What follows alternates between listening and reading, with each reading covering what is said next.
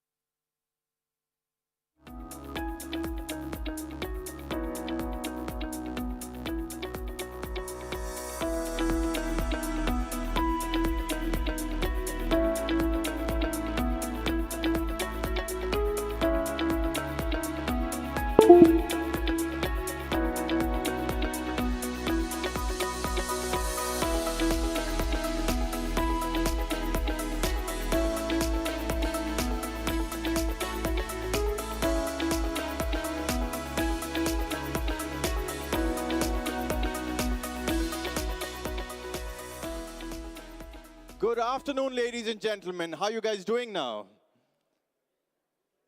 That's a very nice response after such a delicious lunch. Let's try this once more. Good afternoon, ladies and gentlemen. How are we doing now? Great. Welcome to Future IT Summit 2023. Thank you so much for attending it.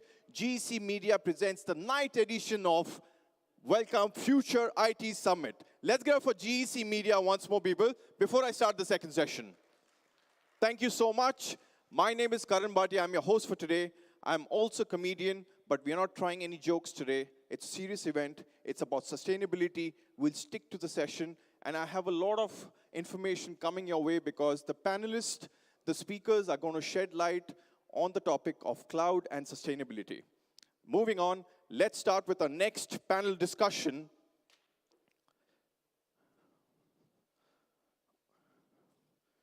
Before I move on, I need to remind you guys something. You see this card everybody's received? Now, these are the names of the partners who are participating with us today. If you have gone to their stands, they'll be ticking a different color of pen next to each of their names. Whoever completes this, I will be calling that out, and you will be receiving a prize from GEC Media. All right? And also to let you know, every speaker has got a unique ID number, which you can go and vote for them after they finish speaking. They would be judged on 3 parameters, mainly on timing. The timing needs to contain within 15 minutes. Now, before we go on to the panel discussion, I have a very, very specific question within this entire crowd I have today. Talking about sustainability, we speak a lot about sustainability. We have a lot of presentations on sustainability.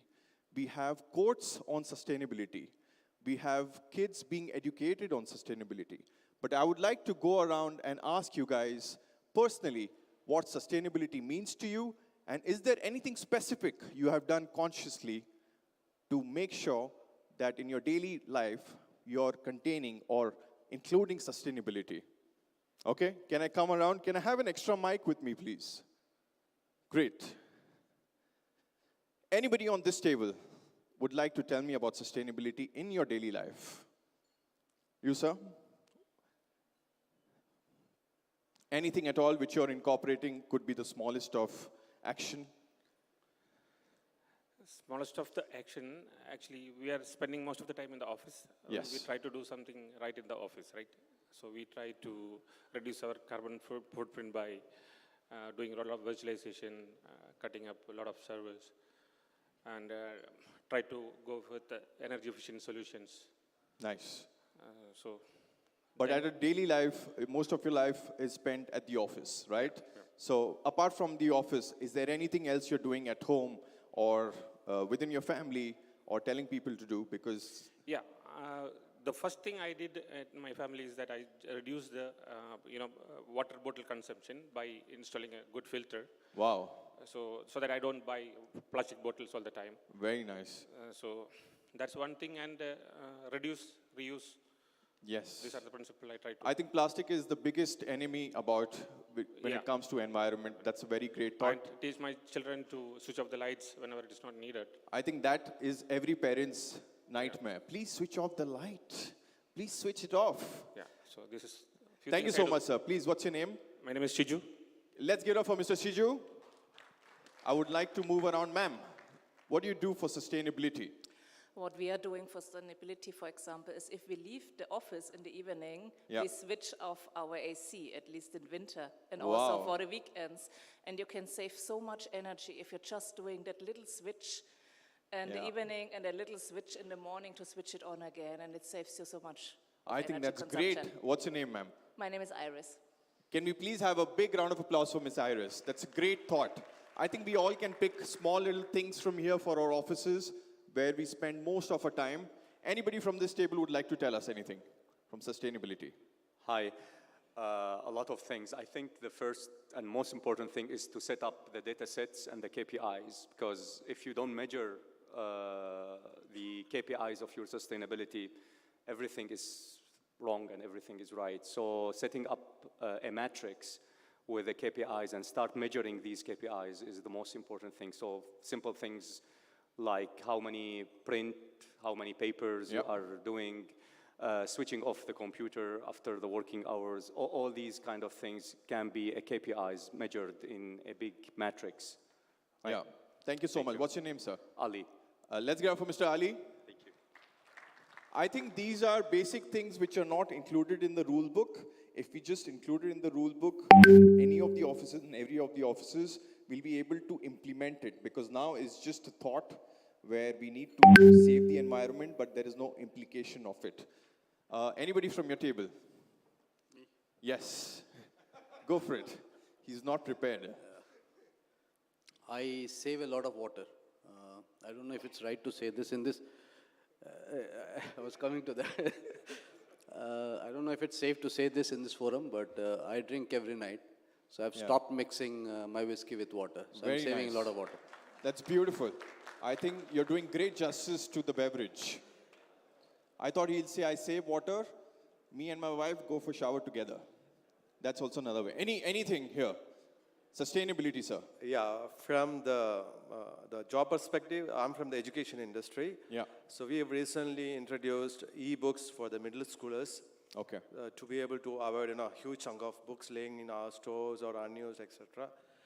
Personally, I think everybody covered, like we would ask our children to switch off the light. Yes. Reduce usage of TV, etc., etc.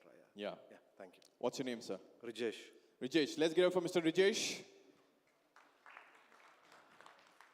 Anybody on this table? One of the factors, maybe we'll use less of mobile phones, 2 mobile phones. We'll need to have 3 mobile phones because we need to charge them. Yeah. Anything from you, sir? Daily life sustainability. Maybe something related with the health app. Yeah. Please tell me you're selling health app in daily life. Currently, I monitor different health parameters. Okay. Maybe we need little more scalable and little more integrated with the key vitals. Yeah. All right. All right. Any different thought here? Anything you guys do to save energy, to save sustainability?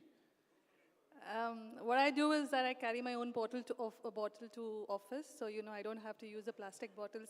Basically, keep refilling that one. Very so nice. that's my contribution. Yeah. Thank you so much for that contribution. What's your name, ma'am? Karen. Let's get it from Ms. Carol. Thank you. Last one. Anybody on this table would like to say? So you were on the panel already. You've spoken a lot about sustainability, right? Yeah. You would like to say something about sustainability? So printing on the both side of paper. Wow. Printing on both sides of the paper. Nobody's covered that yet. What's your name, sir? Safety, Vikas. Let's get it for Mr. Vikas. Anybody from this table? All right, coming to you. On the home or on the office? Both, you can say both. We'll carry all of this information back home. Right. On the home, a simple thing we did was we used to keep heating up water every now and then because all of us drink a lot of hot water. Correct. And instead of heating up every time, we just bought a flask and then started saving, keeping the hot water in the flask, and the number of times that we had to heat it up reduced drastically. Yeah. So a simple thing, just buy a flask. Got it. That May is I one. please ask if you're a singer because you need a lot of hot water? No? No, not. No? No. So what do you want the hot water for? No, we generally like drinking hot water. It just soothes the throat, that's it. So Okay, great. Yeah. Because Indians have this. I also drink a lot of hot water before my show. Right. And singers do the same. I thought probably you're a Right, singer. right. No. Maybe that's probably a hidden talent I never uncovered so far. Let's hear it. You guys want to hear him sing already no, I because didn't he's say drinking a lot of hot water? No? No. What's your Thank name, you so buddy? much. Anish. Anish. Let's get it from Mr. Anish. Thank you. And I have one last person who wants to contribute to this sustainability initiative. Go for it, sir. I think the most important element is how to turn this into a fun exercise. Yeah. Right? We can say that I want to participate, I want to be part of this. Yeah. But at work, we turned it into kind of a challenge between colleagues True. who can recycle the most. Yeah. At home, we had put posters for the kids who can achieve the most gets a reward for it, right? Yeah. So kind of a check mark. That's something we can take forward, I think, to make this challenge or this opportunity kind of more fun and Great. So attach it with a reward because if you do this, you get a reward. Exactly. That's And this great. becomes a I think practice and they can it works with everything. Because when you talk about rewards, people are ready to do That's a the lot of intention. stuff which they would not do on a daily life. What's your Absolutely. name, sir? George. Let's get up for Mr. George. And moving on with the show flow today. Coming back to you guys.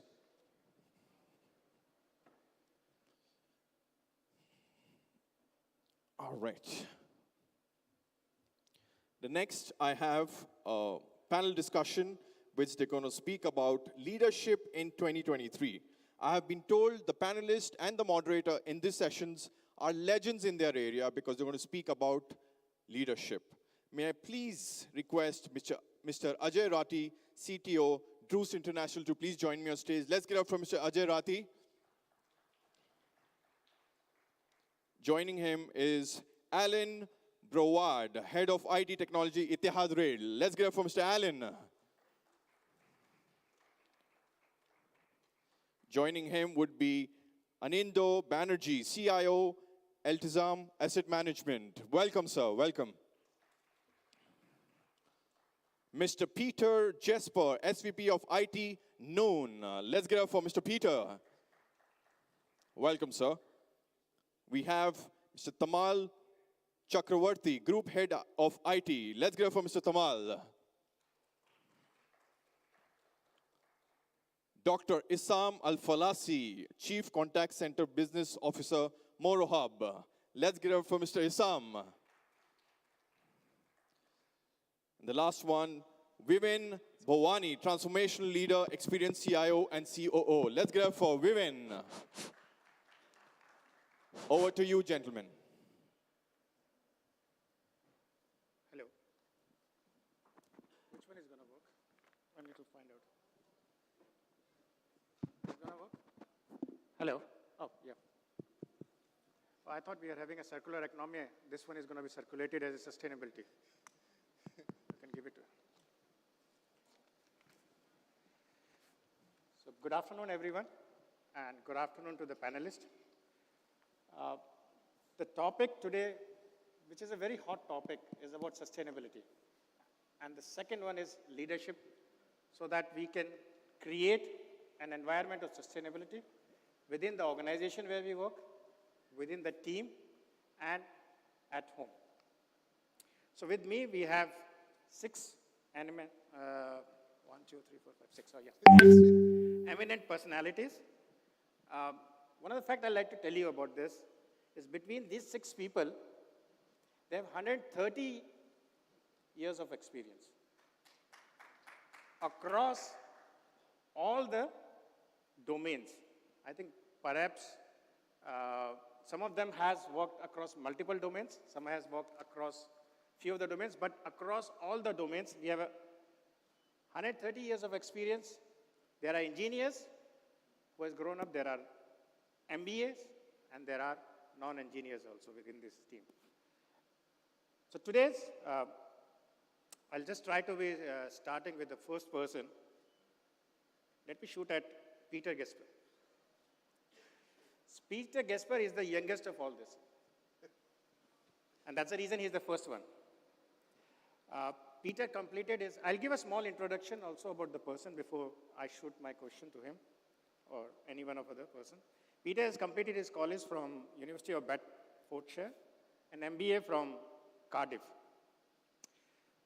Actually, Peter has a complete life cycle of IT. He has worked in IT service desk management, infrastructure, IT strategy, and IT application implementation. So he has a whole domain knowledge about the IT infrastructures. Through and through, he has been an e-commerce guy.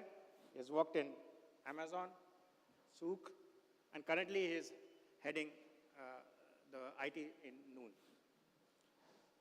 So,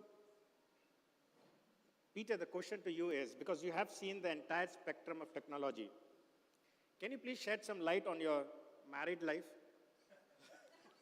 To the second wife, the technology, and if and how it has amazed you in the last couple of years. Sure, thank you very much. So obviously, as I was already introduced, so actually when the questions about, about the last few years, so actually in 2007 was when I landed my first job, and I was in Amazon. So it was the same time when I was studying. And, I can look at it from a different ways, how the technology has changed through those years. But I think the one thing which comes into my mind is automation. So automation is in my mind the number one, I would say approach which has changed, in a couple of years, and also in the same time the data availability. So remembering back in 2007, 2008, we used to run, physical data centers in our warehouses, and that was actually quite a big space where everything was kept locally. Now, fast forwarding to 2023, 2022, and even before pandemic, the cloud-first approach and strategy has taken over. I think it's something which is pretty much, it's still being felt now. It started to be felt in the early, from kind of like 2021, it became more in the mainstream. But I think at the moment, a lot of companies are taking that cloud-first approach, and including us. I think it's a very important one. The pandemic has taught us a lesson on that as well. The data availability was a critical part, and using as example, of how these things change. So again, looking at back in, I'm an e-commerce guy, I work mainly in commerce my entire life. Back in 2007, many of you might know how e-commerce, kind of like when you place your order online, how it works. So these days it's pretty much very simple. The order comes to the system. It obviously translates to ERP, which is internally, and you get an order. But back in 2007, and kind of like 2007 was already on the handhelds, but let's say about 2005, it was a paper pig. So what would happen is, yes, your order comes in electronically. It kind of, gets listed on the system. But then what the admin used to do, they would print out a paper. With that paper, I was a picker actually as well, so I started on the shop floor. You would take that paper, and then you would look, okay, it's 20 items on it, 5 items, whatever, and you look at that, and they would give you the location, and then you would take that and start looking, okay, where's the location? Okay, A1, AB, and you keep following it up. Then you come to the location, then you have several items in there, and you are looking for that exact item, Again, fast forwarding to 2022, 2023, I mean, obviously it's all, computerized now, you're having a handheld device. That handheld device not only tells you, where the location is, it also is going to find the fastest path, so it helps you to kind of, create that pick path, which is the most efficient. So you are saving time, and at the same time, on the end of the day, fulfilling the order as fast as you can. And on the end, of course, the customer is the one that is, benefiting from it. And just to finish it off, I think, again, looking at the timelines, you're very aware, like how, I'm sure most of you already placed orders. It used to take a week to deliver an order, no matter where you have been. You can get it within 15 minutes these days, and I think that's an incredible achievement, and on the end, it's always about the customer. The customer is the one that benefits from it, and the customer is the one who's gonna also dictate kind of like what is a company we should be looking at, so it's always, at least, I had the privilege to kind of work on those projects which were directly impacting the customers, and it's always nice to see that we are moving forward and increasing, the efficiency, and of course, the benefits for the customers as well. Thank you. Thank you, Peter. One of the biggest issues today is about e-commerce generating a lot of waste in terms of the plastics and in terms of the boxes. So I think all these e-commerce companies are working on certain ways to bring more sustainability there. Thank you, Peter. What I'll do is I'll just run one question to each one of the participants, and then we'll open the floor to the audience to ask questions. My second person, and the question is Dr. There's only one doctor. So, so we have Dr. Al-Falasi. He's the Moro Arbab, and he doesn't need any introduction. Between 2010 and 2020, the UAE economy grew from $290 billion USD to $420 billion, which is around 45% rise. And do you know who was at the helm of the affair? Who was at the UAE economy as a CIO? The doctor. So that's the reason I said you don't need any introduction to the doctor. Currently, he's with Moro. And there is an interesting story about Moro. I don't know whether the doctor knows it about it or not. Moro has come out of Deva. 2016, when there was this Linux project, there was Peter Diamandis, who runs Singularity University. They started the EXO organization, and there was a sprint run as a EXO sprint, which is called Exponential Organization Sprint, in which they identified the core, which is the Deva's core business, and the 5 other edge businesses. Moro was one of those edge businesses, which came to the form. That's how today the Moro exists. But one of the biggest thing Moro is trying to do is on sustainability. If anybody would have seen the recent news, they got the biggest data center working on solar power. So they're going non-conventional source of energy. Doing this, my question to the doctor is, so there's so much of a stress in office, and there is a stress at home also. As a leader, how are you trying to create a positive work culture so that people do not have a headache at office and then go to another headache at home? Assalamu alaikum. First of all, thank you for having me. The key word here is actually, this is put it as a point. The key word here is trust. Once they're gonna trust you, they're gonna believe in your decisions. The second point is just keep a line with your employee. Keep a line of communications with your employee. Once the communication is there, then everything will be fine. You can handle your employee. The third thing is, which is the most important, and then maybe you're gonna see some gap now, which is you have to align your behavior with the company visions. Most of the time now, when you're gonna go to the vision, when you're gonna go to the company, you will see that there are visions, missions, value. But honestly, when you drill down, you're gonna see that the leader's different behavior than the company's value. So that's why you will see the KPI, the turnover is very high. So this is one of the points. The other point is what we call it is you have to determine the current cultures, and then you have to define the ideal workplaces, where you want to head. Is this workplace is fine with you to implement your leadership? Because you know that leadership, there is different type of leadership. There is democratic, there is leadership by examples. There is a lot of things. So what kind of strategy you're going to implement? That's why you have to create your ideal workplaces. The second thing is you have to set clear expectations, goals, and you have to measure it. Most of the time what we see that we put the goals, we put the expectations, but we don't measure it. And I think one of them today, just now, they said, yes, the idea of sustainability is we have to put some KPI, I think from some in the front tables here. The other thing is we have to implement reward and punishment methodology, which is the most important. You want to encourage, but no. Now recently, we have some issues because now after implementing the largest data center in the world. And the world, I say, is not in the region, because before it was in the region, but alhamdulillah, we get a letter from Genesis that this data center is actually the largest data center energized by solar with 100 megawatt in the world. So thanks for the leadership to give me this opportunity to lead these projects. The other thing, which is you have to develop your employee, but the most important, really the most important is you have to engage them. Let me just remind you with the first panels today, which is about the ESG, I believe. You know that ESG is it's about the environmental, social, and governance action plan. And to implement the action plan, that means you have to align the United Nations KPIs with the company goals, okay, and strategy. Here what I say that if you don't engage your employee, then you will not achieve your vision or at least your target. Thank you, Doctor. So one of the good things which, there has been bad thing about Corona, but one of the good things in terms of the culture, organization culture which Corona brought in, was that both the bosses and the employers understood the importance of having a balanced life.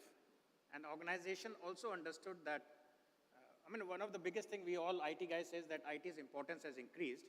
Besides that, I'm talking about the sustainability, about the human capital, is this that both the employers as well as employees has understood the importance of work-life balances, and both of them has adjusted over a period of time.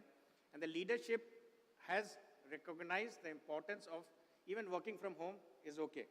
It is not that the guy has to be in the office from table.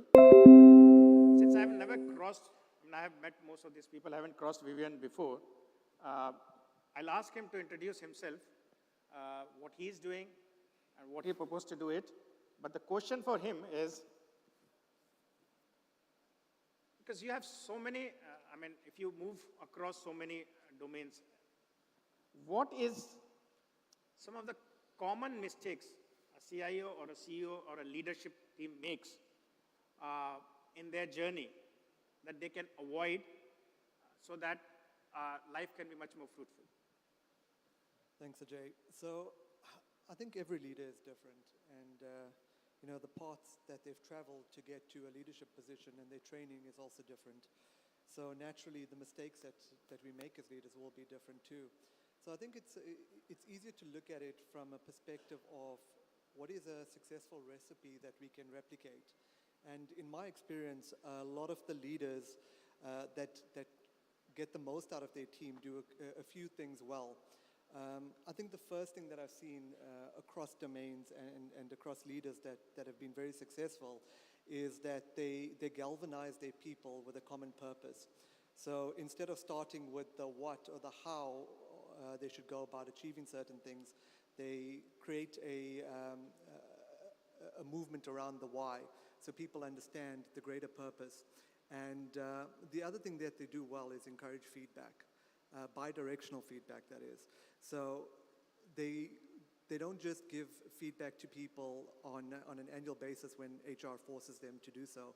They actually do it on a regular basis, because that allows people to grow and understand where to improve and what they need to be doing differently or continue to do. But more important than that, they encourage upward management. So they encourage their people to give them feedback, because they recognize that with that feedback, they also know how to grow themselves as leaders, but to provide better guidance to their people. The other thing that I think a lot of leaders tend to struggle with is communication. I was reading an article by the Project Management Institute, and they say that about 56% of projects failures are attributable to poor communication. I think when you look at that statistic in light of strategy, it's probably even higher. So I think with communication, and especially as you progress in your career, the demands on your time get so immense that we tend to rush through giving our people guidance or instructions, and it becomes much vaguer and more cryptic. And I think if we start to empower our people with the information that we know and the context that we know, we'll get much closer to achieving the desired outcomes that we're after. And the last thing that I really noticed about really successful leaders is they build diverse teams, because they realize the power to innovate and solve complex problems with different perspectives. So they put people around them that can bring those different views, because I think the most dangerous thing to do is to build a team where everyone looks alike and thinks alike and kind of does the same things. Thank you, Vivian. One of the mistakes which I will say we normally do is we look on a vertical path. So if I'm IT, I keep on growing from a system engineer to an engineer to a leader. We hardly try to go horizontally. And that has been the nature for IT for quite some time, but now it is changing a bit of it. We grow horizontally, and that's the reason if you see, we have a CIO who's become the CEO also, and we have CEOs coming up. So what as a leader will say is that there is a growth path vertically within your own department, but I think we all should look at growth which is horizontal, and that also allows us to collaborate well with the business units. Now, my fourth candidate is Alan. So we have finished the teenagers in terms of experience. Now we are moving into the 20s and the oldies. So Alan has 25 years of experience. That's the reason we are now moving to that range. He graduated from Durban University of Technology, and he did a post-graduation from the same university. He has 25 years of experience working across South Africa, Saudi, and UAE, managing business applications. Alan, when you were leaving engineer's office in 2013, January, I joined Miraz at that time. We just missed by a whisker. One of the biggest problem business application guys faces, you know what? Is that business doesn't understand business, and they want the business application to understand the business. It's become a tongue twister. But this is the fact, and I'll give you an example, and I think some of those people who has worked with me in Miraz understands it. So this was a head of retail, and he comes to me and says, I need an application to run my business. I said, what is your requirements? He said, I don't know the requirements, but MR runs retail business, MAF runs retail business, bring that application, and we will run it. So these kind of problems we normally face day to day, and the challenge is that we have to navigate through these gaps which business has. So my question is, besides your work-life balances, how have you been managing business expectations, enterprise culture, and workplace conflict with the business? Thank you, Ajay.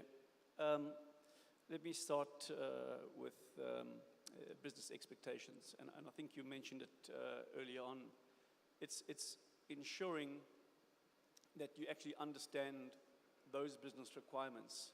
And I think that once you've got alignment and you understand those business requirements, only then will you be able to move forward. Okay.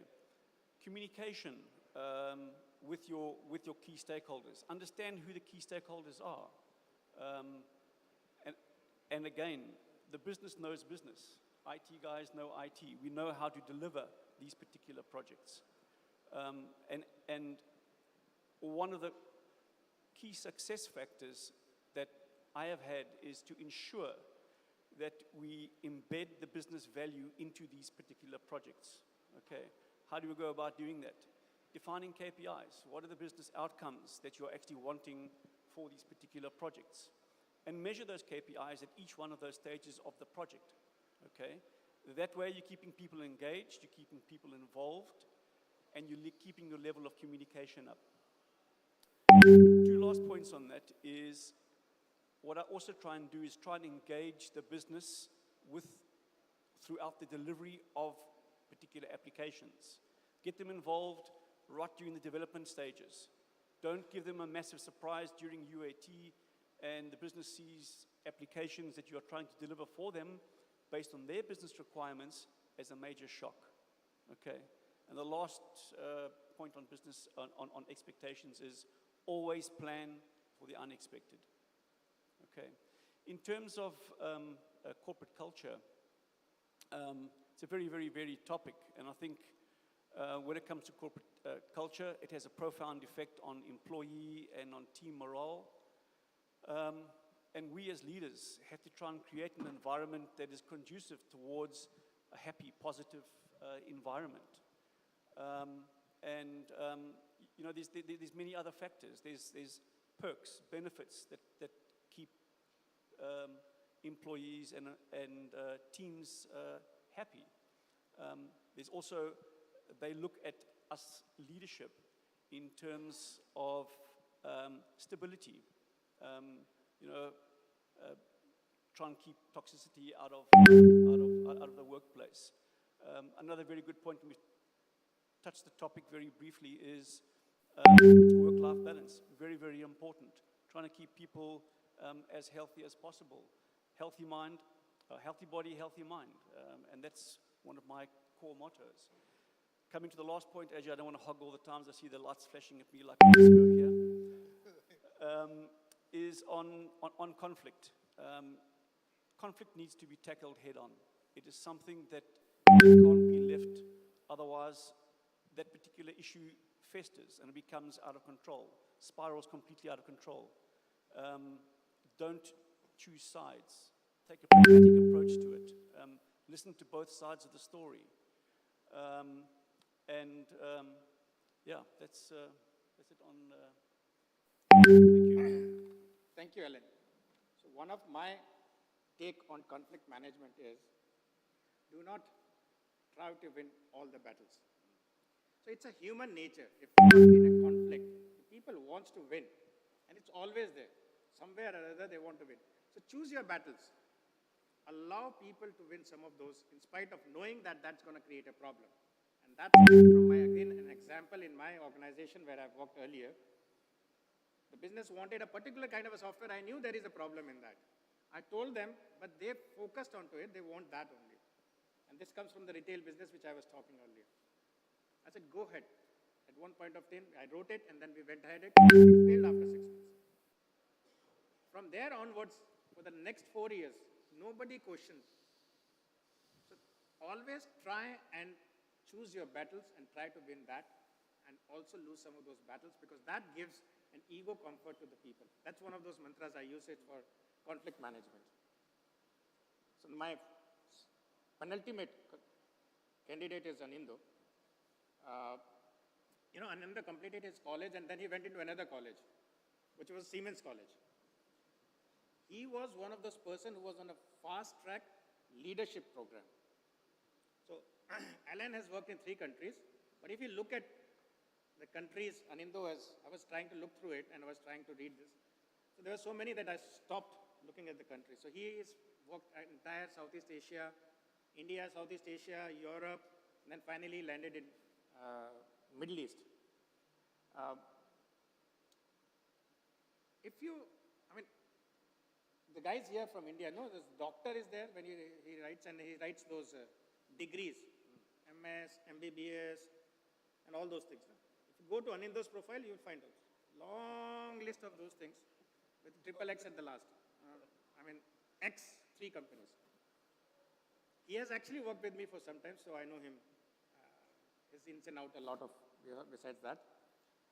But since he has been on a leadership track in his previous organizations, the question fits him into that, how to develop the leadership within the IT team where he works in, and deal with the leadership gap which business have it. So business, not all of them are into that category that they can understand what we are trying to say.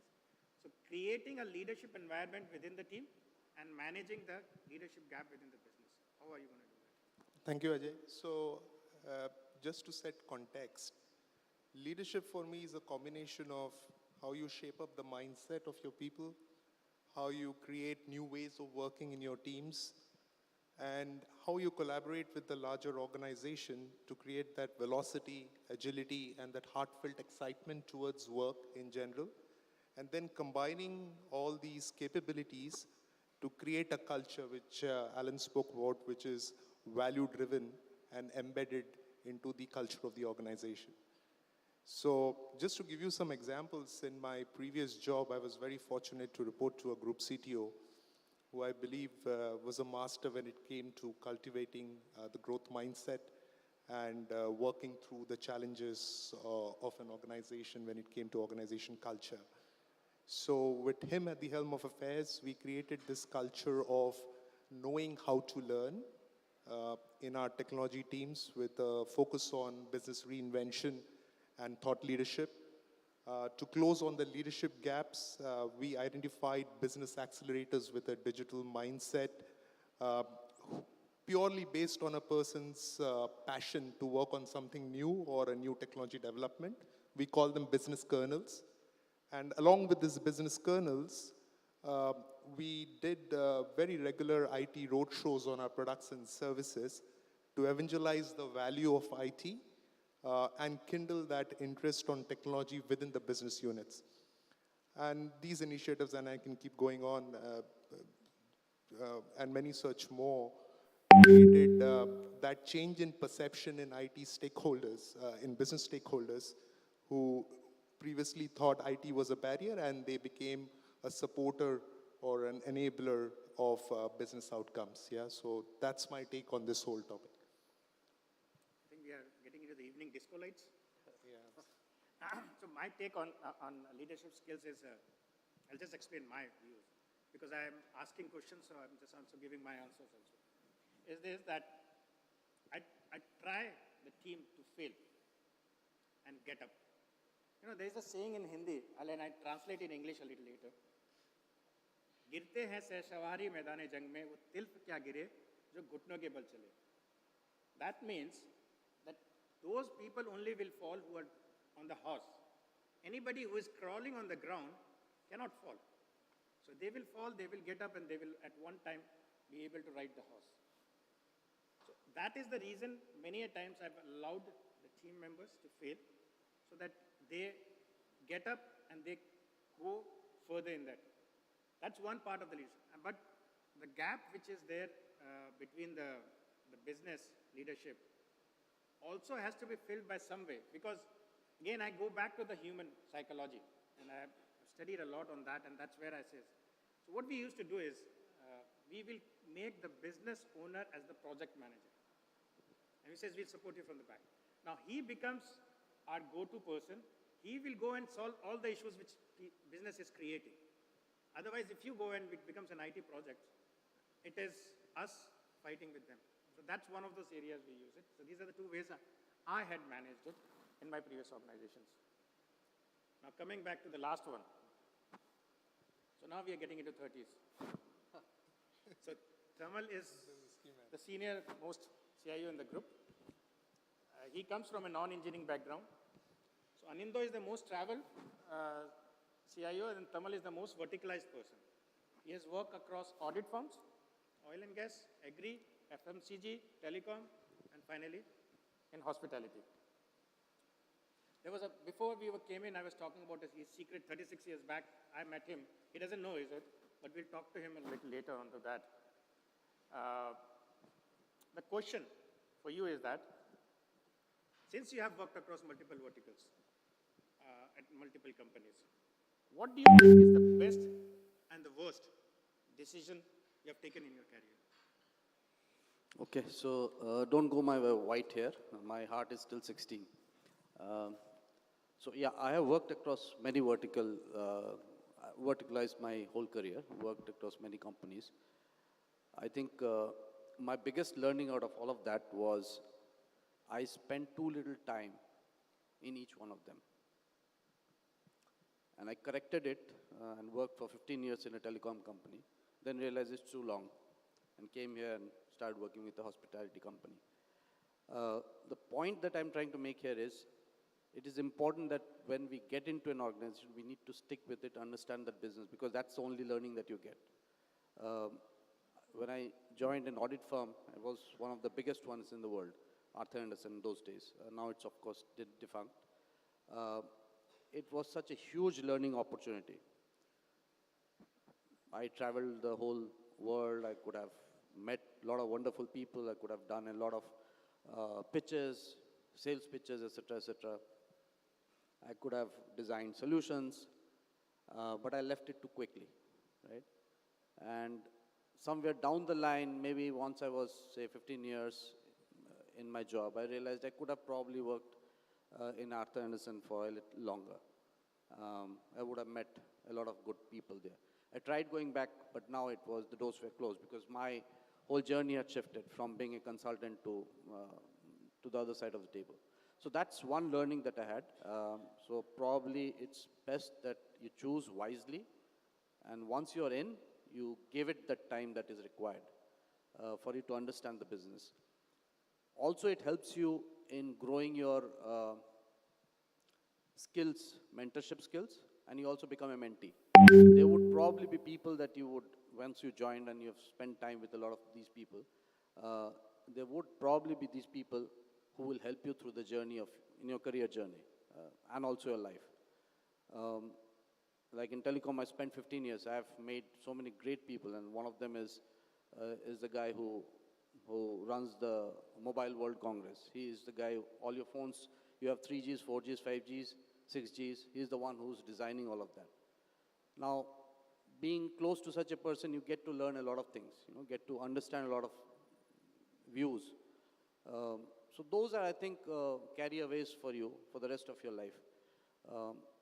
But essentially, the early part of my career, I spent too little time. So I think that's one of the biggest mistakes that I made. Yeah, I mean, people do make mistakes, but if we rule over that and say, oh, I made a mistake, doesn't make sense. So normally you take a decision at that particular time based on the situation it is there. And I think no decision is bad. We will say that it is a better or the best. So that decision, you took it for the betterment. Every decision is taken on betterment. So now the leaderships, we look from the leadership style. And what has happened in the last couple of years, the style of leadership is changing. We are no longer looking at anything which is on a longer scales. We are looking at smaller piece of works, and that's where the leadership has to have a different thought processes. Sustainability, ESG is becoming a big part of it, and I think everyone need to now contribute towards that. People have to bring out some policies within their organizations. People have to look into each aspect. How does this innovation culture or this culture of startups came in? Because they looked at a problem, and then they want to solve that problem, and a startup comes up. Similarly, everybody has to look at a problem statement, which is sustainability. Look at everything you find within the organization where you can make it better, where you can use the circular economy, which has been a bigger topic. How do we make sure that nothing is wasted? It goes into a circular economy. Now the guys, we have 130 years of experience here. The floor is open to you. Anybody can ask any questions to the team. And who's having the mic? I don't know. Is there somebody having a mic for the? Any questions you want to raise to the panelist? And you can raise it to me also. I'm now part of them.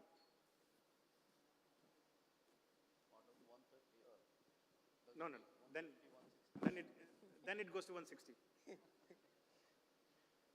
Any questions? You don't have? So, Still absorbing. That's it, gentlemen. Thank you. Thank you, guys. Thank you.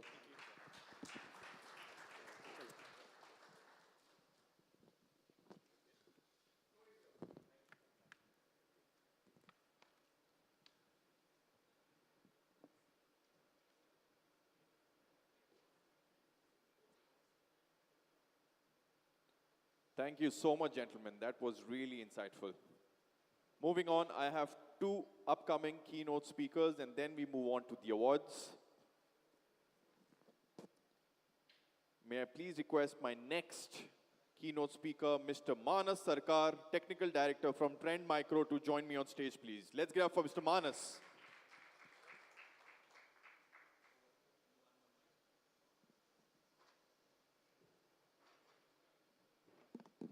Hey, good afternoon. After this 130 or 60 years of experience I'm standing, I'm going to add another 20 years to that number. And I'm going to take 15 minutes because, otherwise there is a chance there will be rain. I hope my time has not started yet. Okay? Without talking something else, let's move on. What I'm going to cover today is accelerate and transform your cybersecurity outcomes with automation. Now, we have spoken about a lot of things. We are talking about ESG. Some speakers, they have touched upon the security part of it. But I think whatever you plan, if you don't have right security, it is not going to work for you. Moving on to this one.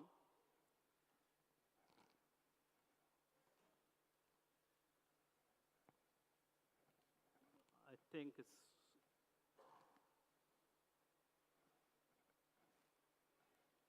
yes, it's working. Okay. Board of directors. I was talking to one of my CIO friends a couple of minutes before, just to verify my thought process, that he also endorsed, yes, cybersecurity is a business risk, they understand. They're asking questions that, what is the likelihood of us being in the headlines? Where they are very much concerned about that. If they're in the headlines, their reputation, what they have earned over a period of time, it at stake. Then, not only that, they're asking questions now, which cyber risks are to be avoided, which can be accepted, which can be mitigated, and what we have done for this one. Now, have we planned and implement relevant controls? Because if you see, the change has happened, and how do you compare to our peers in the same business domain? Now, 5 years down the line, if you think, I think that was not the scenario. It was more of a technology-driven discussion, not even CIO, and it is all the technical guys and CISO was driving this one, and it has moved up.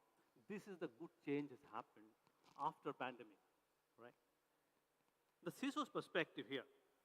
I'm going to talk about that, how the organization looks into it. If you see CISOs, they want to see what's going on. The visibility is very important from the risk perspective. Then they want to understand what the risk is all about and what need to do, how can we act on that risk. And not only this one, that if you go and talk about risk, then you have to communicate to the people in the organization. They don't understand the technical terminologies. You have to take this communication upward to the board, because CISO has to face the board and give a presentation, probably every board of directors meeting.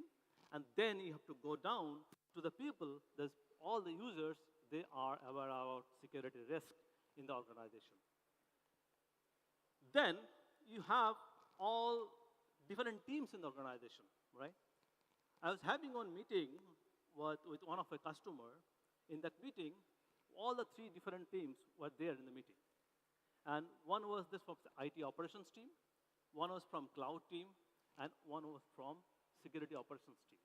And this is the reality today if you go in the organization. Now, I'm going to talk about what the security, the IT infra team is facing today. They are dealing with legacy. How many of you are not using any legacy operating system, legacy application in your organization? I think almost everybody has to do it. But at the same time, your problem is, if you see, if it's coming to massive SaaS growth, the right side of cloud native application, you have got rapid growth of the cloud native services, you are using 5G private network, and important thing is work from home. Over a short period of time, you have to change all this to allow people to work from home, and that too securely. This was a challenge for all the IT operations team they're facing. On the other side, lack of visibility of security posture across cyber assets. If you see on the right-hand side, cyber assets are growing exponentially. You can't even think that tomorrow what is coming up as an asset. And another side, your threat vectors are increasing because you don't know what is coming up. Now, thanks to chatbot, the chat GPT, if you go and ask something that, okay, can I create a malware? It will say, no, I cannot do that. But if you just tweak your questions in different ways, how to bridge this, how do you give an application, and you find out the vulnerability of this application and how to exploit this application, if you just tweak your answer, the question, it will help you. That means it's easy to bridge, right? Now, the IT operations team is asking these questions, where are my cyber assets? If you can't see, you cannot protect. You have to say it. Then if you see this one, then you have to understand exposures and vulnerabilities of the IT assets, what you have. Then you need to think that what is the likelihood being exploited. You may have some vulnerabilities. If you feel that it's not being exploited, it's not a problem for you, that the risk is low. But if you see that there is a vulnerability which can exploit and that assets are very critical for the organization, that what you need to do, you have to need to take some steps. The impact of the compromise, right? It depends on normal user. He is not a power user. He is getting compromised. His machine is getting, probably he has come to the house. His machine is encrypted. You don't care. But if it is happened with the CFO, if it happens with your R&D team, it's a big challenge for you. These are the challenge for the IT operations team. Now, let's come to the another one. The another group is a security operations team, right? In different shapes and forms, you have security operations team in your organization. Now, if you see, this one is security tools sprawl. We did a study with a research organization, Sapio. And we have found over and above, on an average, 40 tools are used in a SOC infrastructure. Now, can you imagine this number of tools? You have SIEM, you have got SOAR, you have got ticketing tool, you have got XDR, you have got firewall, so on and so forth. Too many technologies. Now, in the previous, all the sessions, people are talking about that we need to think beyond solutions. We have a problem with a solution. We have a problem with solutions. We have to think beyond that. And otherwise, another thing is we have to think over and above tools. Now, with this huge number of tools, the question was, most of the time you will see there are overlapping solutions. And another one is you have to build is when you have multiple vendor solution, most of the time it is poorly integrated. If you have different technologies that is not integrated well, and if you don't get the information on the right time, you will not be able to take effective action. Challenging to measure the effectiveness. That means you have bought different tools, it is deployed, and I will come, okay, you bought the solution from me, I have deployed it perfectly configured, but how it is impacting your business, whether it is giving some effectiveness to your business problems, solving the business problem. Another thing is the SOC challenges is overwhelming security alerts. What happened, if this is a scenario, the SOC analyst didn't have a problem, right? He has got less number of devices, less number of attacks, less number of incidents. He was easily doing it. In the new world, what is happening, you have got alert overload. Number of devices are there, your attack surface is changing, it is the internal attack surface, or the external attack surface, everything is going beyond your control. Then it leads to a problem to the SOC analyst is, we did a study and which is actually in the right side, topmost one, 70% has responded back, emotionally impacted by their work. Can you imagine? We have to always think we're thinking about technology. What about the social aspect of it? That's why you will see the biggest challenge for the CIOs or CISOs to manage getting the right resources. In a SOC, the guys are working for 8 hours in the locked room, sitting on the console, they are responding 100 events, very good job done. 101 events, you have not responded and did not meet the SLA, you have not done a good job, right? That is very, very important for all SOC analysts. It's the challenge we are facing today. Now, if these are the challenges, what we need to do as a business leader? We need to shift our approach, that from the security tools to the security platform approach, right? Now, let's go to this one. This is an old framework. It was published by Gartner in 2017, but I love this. If you see in the cycle, it talks about prevent, detect, respond, and predict. Let me go through it, how prevention works. You have got all the preventive tools implemented in your network, and then it is doing its job. You are doing some hardware, hardening the operating systems, isolate the machine, and taking a lot of steps, right? And industry responded back. After that, we moved one step ahead. Then the people are asking about, whatever is possible to protect, prevent, we have protected. But if it is there, how fast we can detect surface management, right? Now, with this framework, and I love this framework, and we have designed the solution, and at the same time, there's a demand in the market. We are meeting the customers asking about that. Okay, I have got so many tools, I have got so many problems, and to solve, I don't have people. It is very difficult to get the cybersecurity resources, and attrition rate is very high. How to solve the problem? Then we started from the left-hand side. If you see the prevention part, we have got endpoint solution. Then we move to EDR, endpoint detection and response. Then we see this is not good enough. We need cross-correlation about endpoints. We need cross-correlation about network, cloud workloads, and emails. And industry have a lot of XDR solutions. But what's next? Next is we talk about that. Some people have talked about zero trust architecture, right? That you need to have prediction as well. And you need to have the prevention process as well. That means you need a platform. That platform can be built. It needs huge computing, huge resources. It is not humanly possible. You need artificial intelligence. You need automation. You need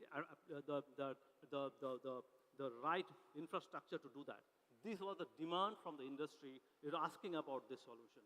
What are the response we came up? The response here from Trend Micro is our platform. In 2020, we launched a platform which is basically purpose-built platform. We are there in the industry of the cybersecurity for 35 years. And we have got huge experience into it. And what we did, we started building this on, we have got largest global threat intelligence. You know that we are running a zero trust initiative, and which actually opens up the vulnerabilities across the globe. And we contribute more than 60% vulnerability exposures through our researchers. We have got threat research. Based on that knowledge we have done, it is only possible with big data analytics and the cloud platform. We have built our core platform with the big data analytics. We have put in artificial intelligence and machine learning. It is open API based, and security engines is required to protect you. On top of it, if you see this, we are trying to address the challenges of 3 different segments of people responsible for this job. We're trying to address the problem of IT infra operations, security operations, and cloud operations. Now, if you see in the platform what we do, you need data, right, the AI should work, right? From where we get this data?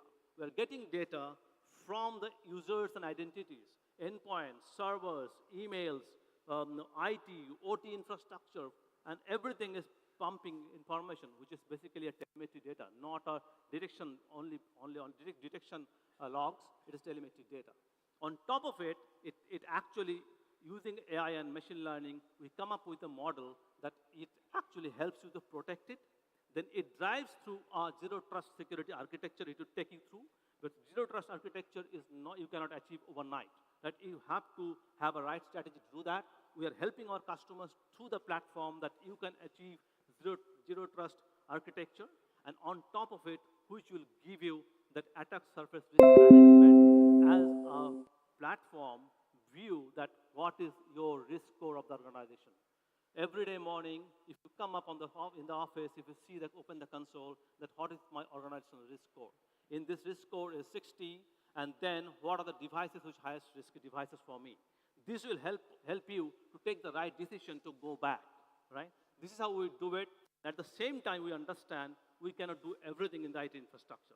That's why you need to have an ecosystem integration, that you have got ecosystem integration partners. You can integrate with our SIM tools, external SOAR tools, and ticketing tools, and do that. And on top of it, if you need a managed services to manage your customers, we can provide the managed services on top of it using our platform. That's all from my side. And thank you very much for patience hearing. And if you have any questions, I'm around here. I'm ready to answer that. Thank you very much. Thank you, Mr. Manas. Right in time. Thank you. Just to remind you guys, every speaker has a unique ID. Can we please have Mr. Manas's ID up there? You can vote for your speaker based on the time, the message, delivery. So we have one last keynote speaker before we move on to the awards.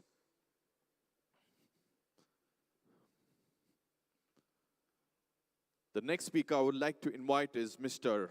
Gaurav Singh, founder, JPIN. He's going to speak about plugging the talent gap in a digital MENA. Let's get out for Mr. Gaurav Singh.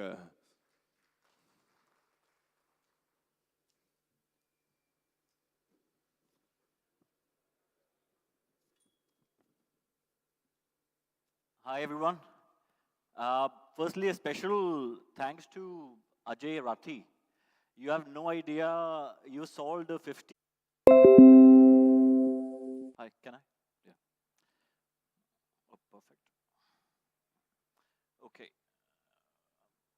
Right. Yeah. So, just sharing a personal note about a friend of mine who you all know. What really inspired me about what GEC does, so I've known Tushar since college days. While we were all trying to do part-time jobs while studying, he was doing 2 full-time jobs and trying to help everyone there. So about 7, 8 years ago, he mentioned to me, on a very personal note, he said, bro, you know, I've seen CIOs are not in company boards and face a growth challenge because it kind of hits a wall at certain time. And I want to make sure tech giants and the tech brains are right up there. It is very important that they get the recognition, you know, that they deserve. It's very, and he said it's very unfair that without them the companies will crumble, especially in the generation. So he saw something so far ahead, and now we, you know, all of a sudden we're talking about Chat GPT and then how everything will disappear. Something that he envisaged about 9, 10 years ago. So he then founded GEC, he founded the Global CIO Forum. So I just want, and you know, this is a true representation of someone very selflessly, egolessly, and very fearlessly building, you know, and he's the guy who has your back. So I just want to, you know, recognize him, and Tushar, please, you know, please stand up. I just want a round of applause for him, you know, for really working selflessly for you guys.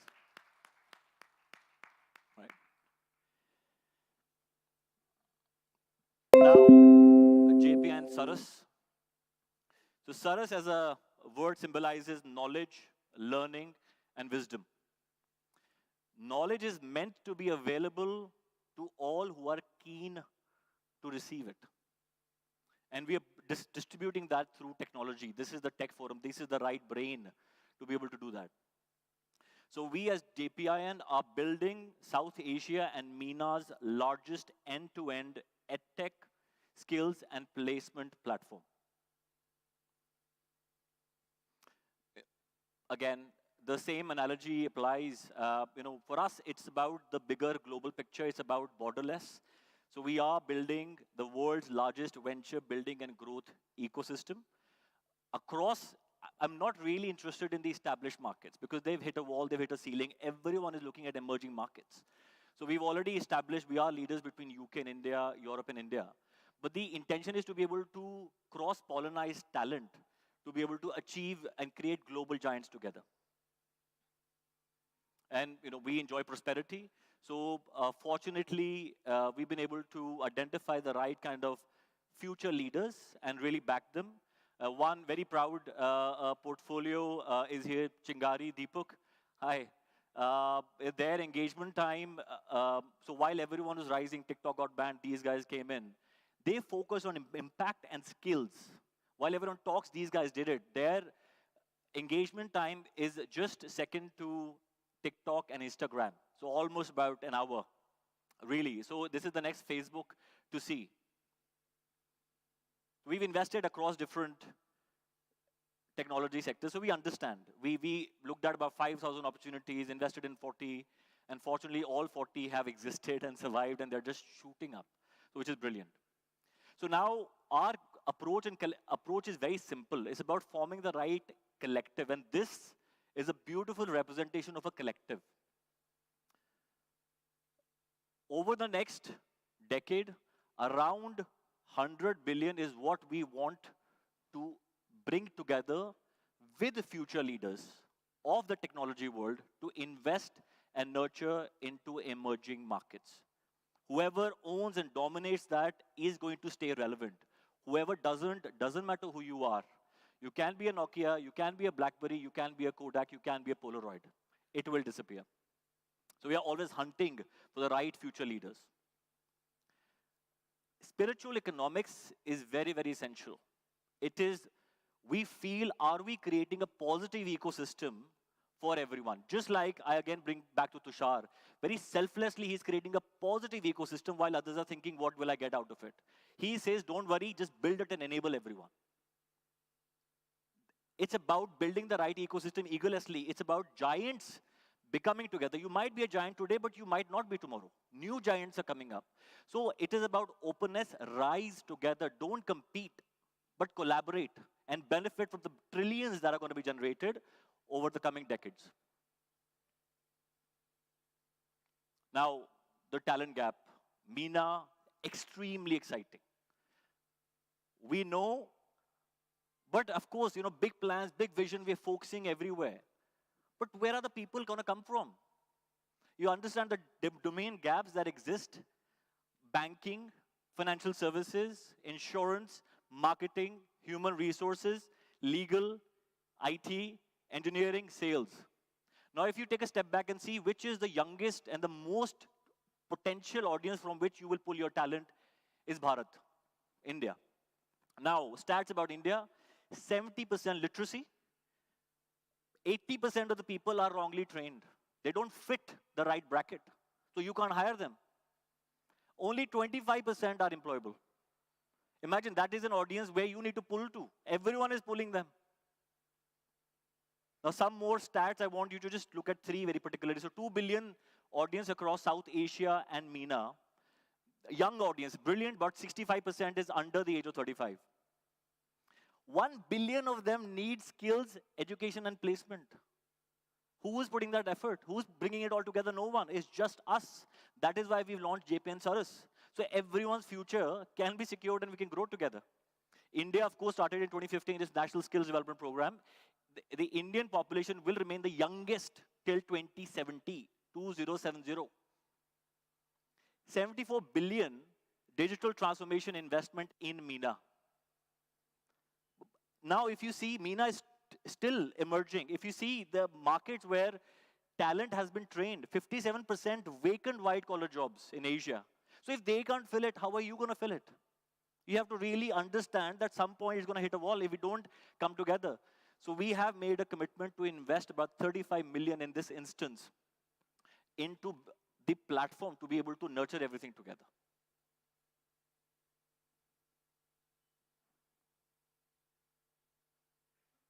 Now, again, it's about the collective. So I can give you the best game, what we will do. I would rather show you what we have done.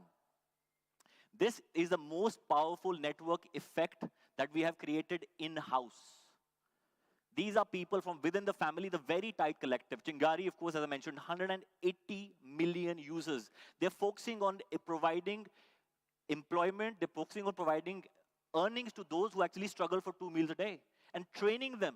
Which is why, because when you focus on that audience, truly, you have prosperity behind you. They're shooting up like crazy. This is just the beginning.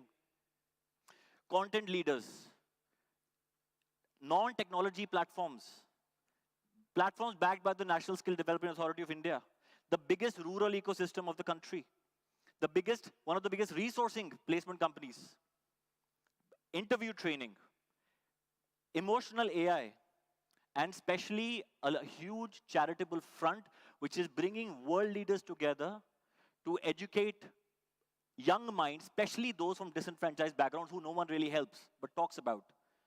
And constantly we're doing it. So it's all in-house. The amount of work that is happening, I'm not talking about others, I'm talking about what's real right now within our ecosystem, that's the collective.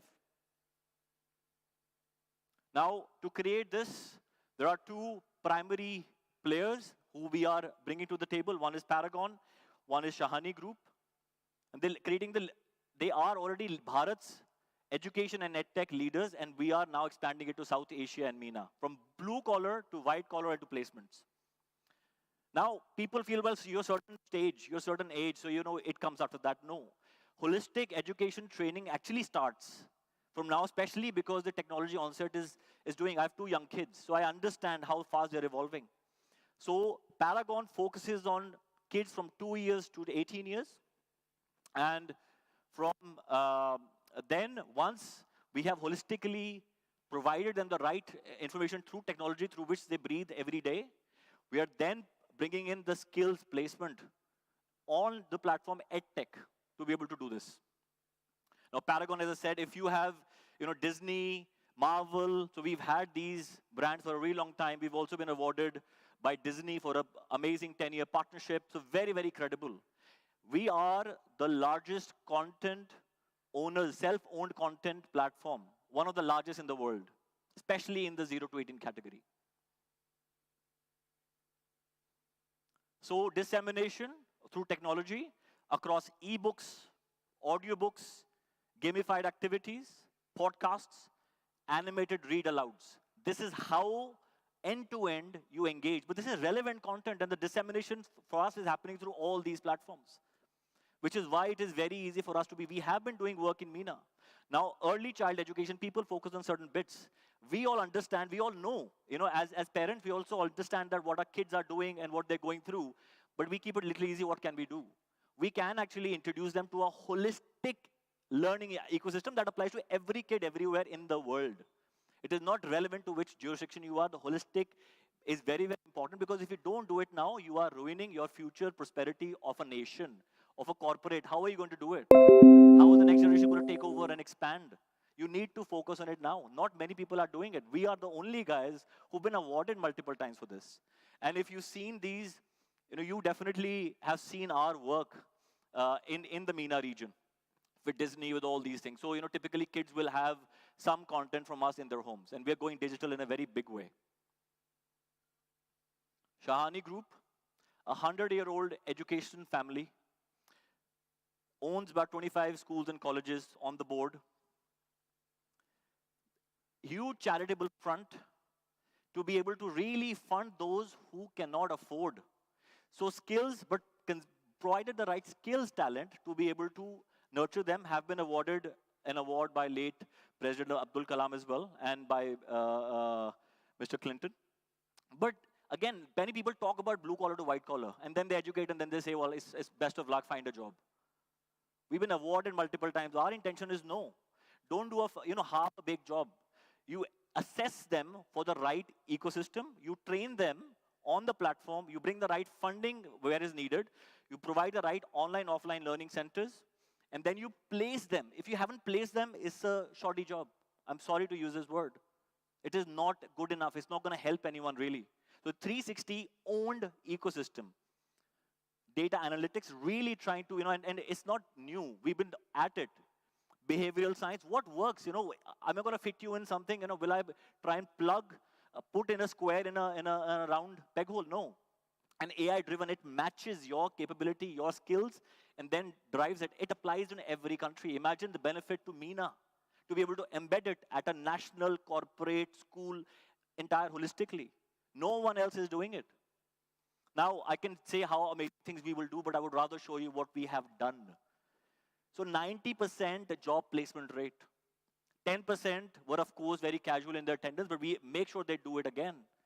We have identified, trained, and placed 10,000 plus students already, and just at the beginning of 2.5-year journey on this platform. And it's not just we've randomly placed them, we've placed them in very reputable, credible organizations. So we know the market. That is why we want to make it mega and really focus on South Asia and MENA. I'm not looking at global dominance. I'm just making sure that the regions where we are most impacted are well surfaced. Now, what is the end game? What does a nation, a corporate, or a society need to stay relevant, and is very important, and prosper in the next 2 decades? Positively nurtured humans. And that starts, when I say 2 decades, that starts with the youth between 2 to 18 who will eventually come into that. If there is imbalance in that, we know what it leads to. It leads to political imbalances, it leads to corporate issues, it leads to not being able to understand and adopt what's happening. Chat GPT, for instance, is really switching off everyone. People don't know how to handle it. So very, very important for us to be able to train them the correct way. Knowledge. So we bring Paragon and Shahani for that end-to-end knowledge. Execution, skills and placement, again, from a 0 to 18 and 18 to 25 and onwards. So Paragon and Shahani. And if you do the knowledge the right way, if you execute the right way, then you are going to get prosperity and wealth. So 2 billion population uplifted. Imagine, it is the world dominance for that region. The most powerful ecosystem that can be created by just training the right people. So our vision, our end game is through Project Saras, we will bring prosperity to South Asia and MENA by enabling the workforce to be future ready for decades to come. Please join us in this journey. Thank you.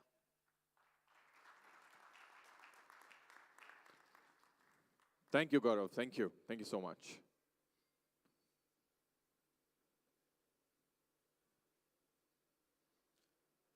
People who are just joining us right now, welcome to Future IT Summit 2023. This is the 9th edition.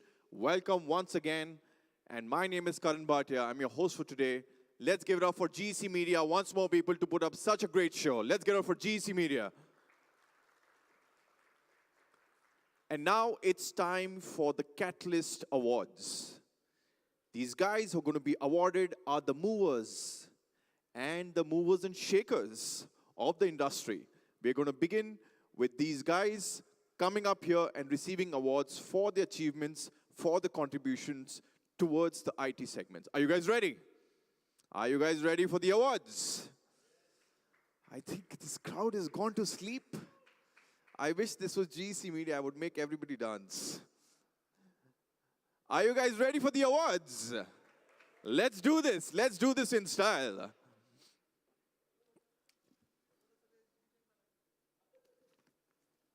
All right, to begin with, I would like to call upon my presenter, my first presenter, who's very cool in his appearance and the presentation he gave. Let's give it up for Mr. Ali Kontar from 0 and 1. Welcome, please. All right, we're going to have a lot of awards, so I'll go very quickly. And I want the DJ to be as loud as possible so that people who are sleeping, I wake them up. My very first award is in the category of Government CIO. All right? And the very first award goes to Mr. Abdullah Al Ali from DMCC Authority.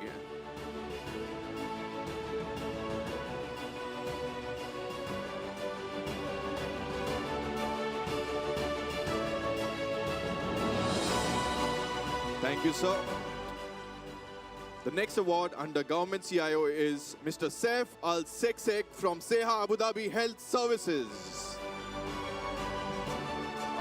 I think someone is collecting the award on his behalf. Shit. Thank you, sir. The next award in the government CIO sector goes to Riyasat Ali Rackports.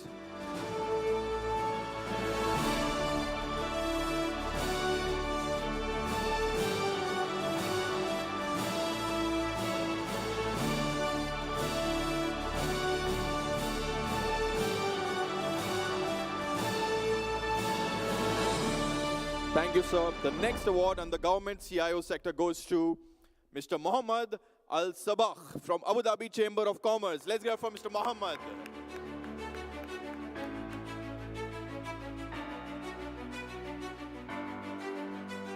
I guess he's not there. Moving on. The next category of award is for the CIO in transportation and logistics. The award goes to Mr. Prabhakar Posam from Transworld Group.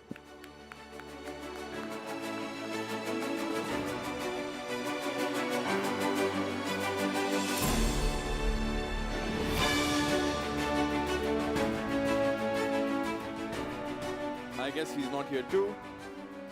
The next award in CIO in services goes to Mr. Mohammad Bilal Hassan from Olive Infocraft.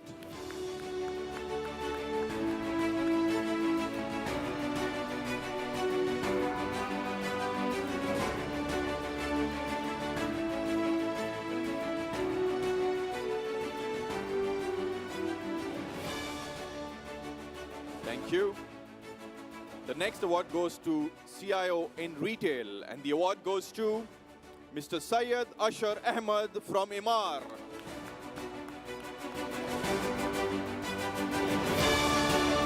That's better.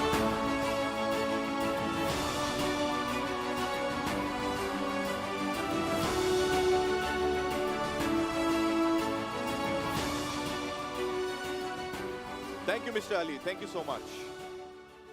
May I please request my next presenter to come on stage for the next set of awards, Mr. Manas Sarkar from Trend Micro. Let's hear from Mr. Manas.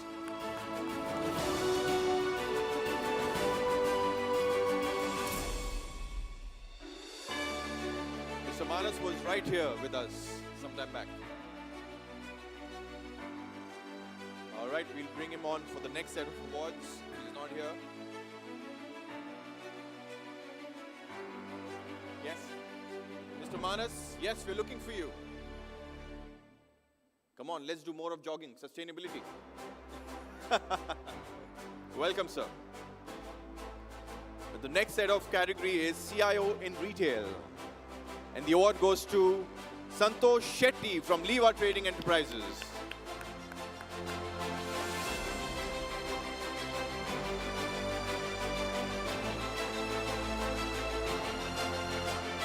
Congratulations, sir.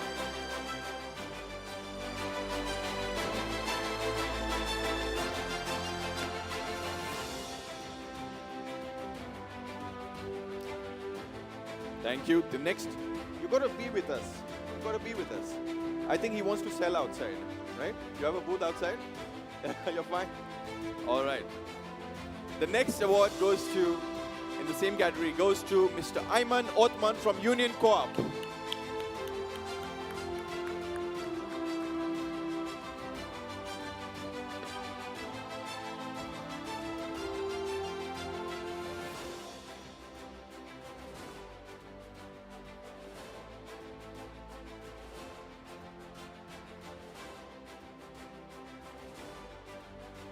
Thank you, sir. The next award in the same category goes to Lenish Kanan from Western International Group. Let's get it for Lenish.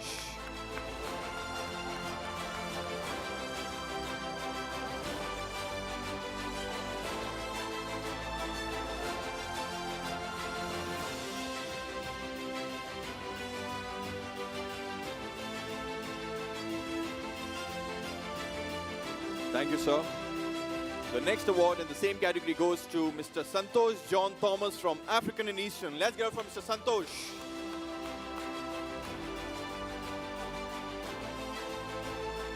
I was looking forward to meet Mr. Santosh because he's from African and Eastern. Is he around? No? I guess he's busy. Mr. Santosh? Is that Mr. Santosh? No, he's just changing his table. All right, moving on. The next award in the same category goes to Mr. Libu Thomas Matthew from the Rivoli Group. Congratulations, Mr. Libu.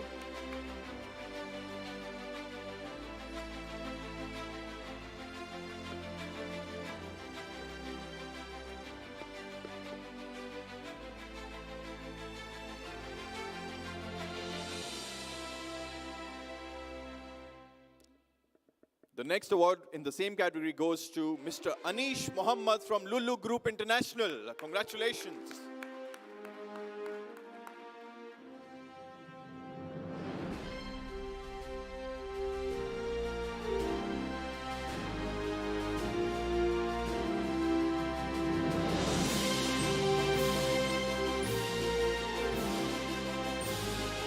Thank you. The next category of award is CIO in Real Estate and Construction. And the award goes to Mr. Mubarak Hussain from Bloom Holdings.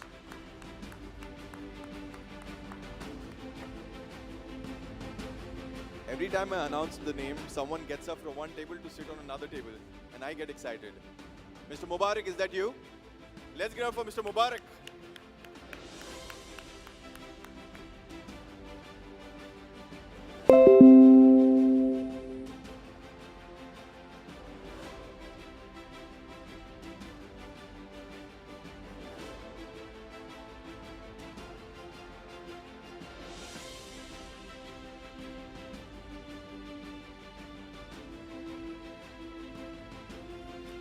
Thank you, gentlemen. Thank you so much. Thank you, Manas.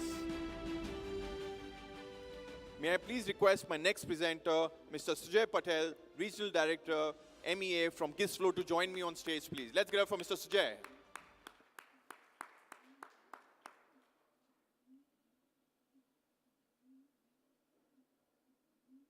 Welcome, sir.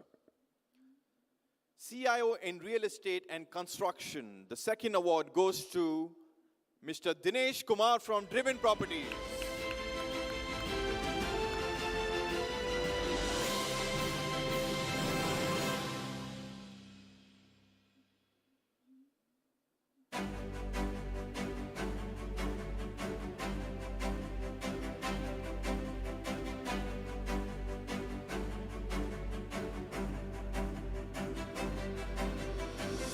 Thank you.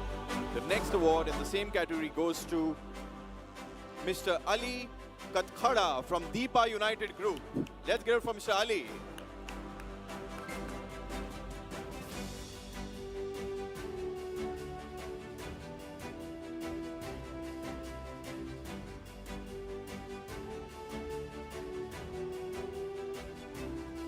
Congratulations, sir. Next award in the same category goes to Mr. Ayman Medaka from Al Masood National General Contracting. Let's get it from Mr. Ayman.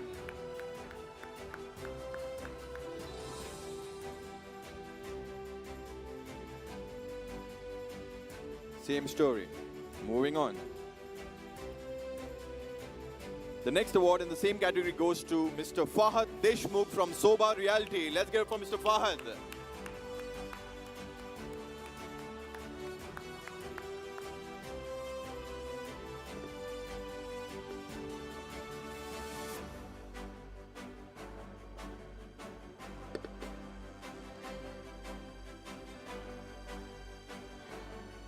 Thank you so much. The next award goes to Mr. James John from Emirates National Investments. So you have a very James Bond kind of a name.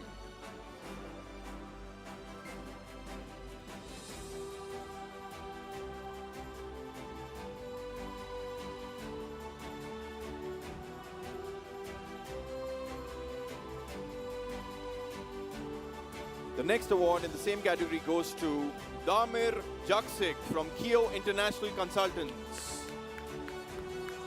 Congratulations, sir. Can you have the music a bit louder, please? Thank you, thank you.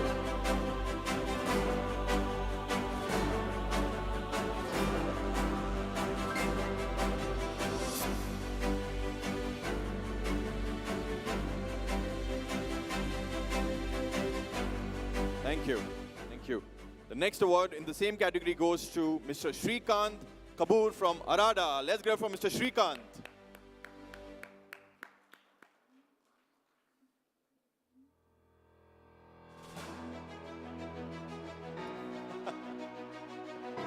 You got me excited there.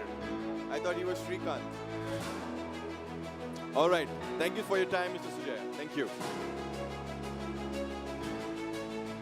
All right. I would like to... Thank you. A bit late, but yeah. All right. Moving on. I would like to call my next presenter on stage for the next set of awards, please. May I please welcome Mr. Sharbel Rebi from Dell Technology. Let's go for Mr. Sharbel.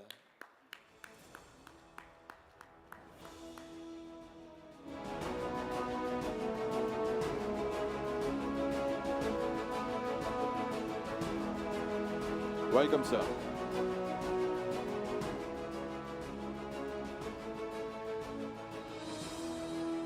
The next award for CIO in real estate and construction goes to Bhutti Bushlaibi from ITRA, Dubai.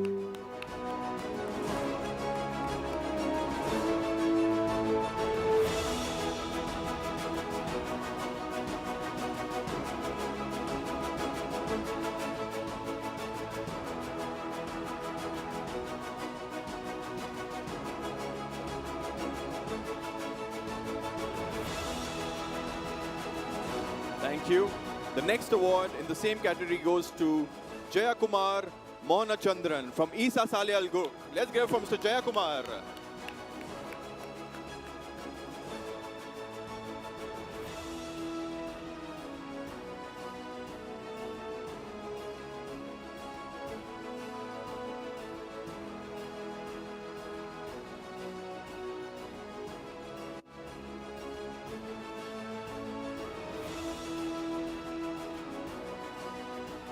The next category of awards is CIO in Power and Utilities. And the award goes to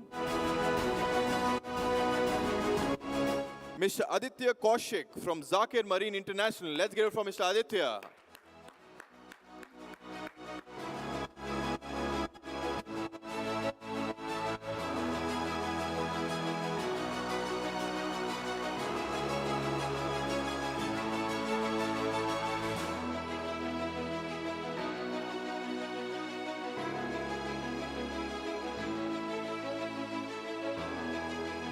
Thank you, sir. The next category of award is CIO in Oil and Gas. And the award goes to Tony Isaac from Petrochem, Middle East.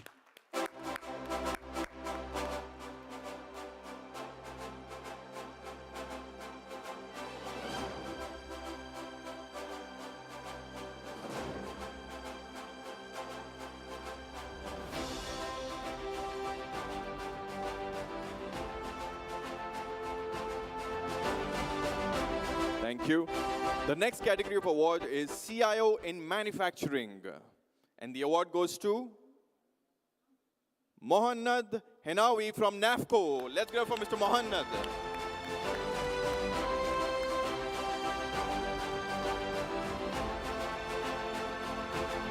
Congratulations, sir.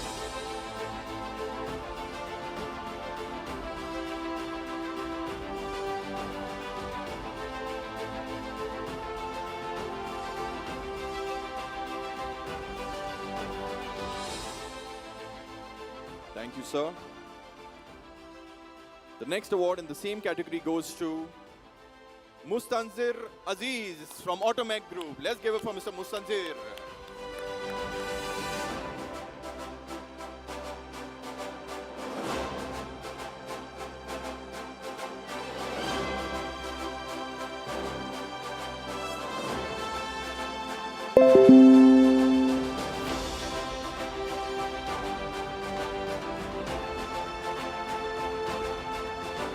Thank you, sir. The next award in the same category goes to Mr. Muhammad Arif from Mawarid Holdings.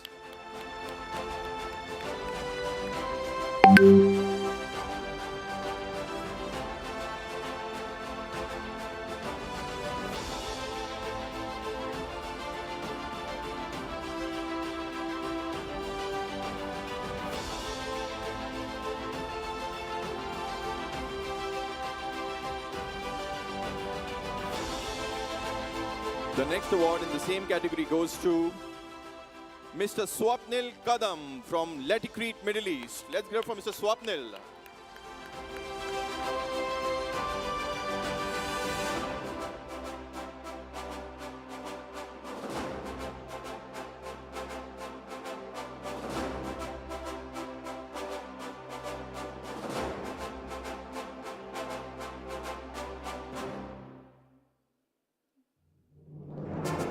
Thank you.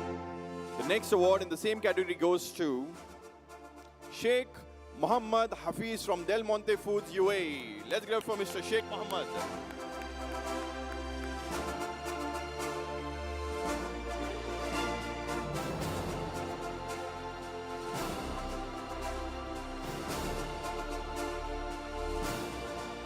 Del Monte is manufacturing some amazing bananas and apples. I love it.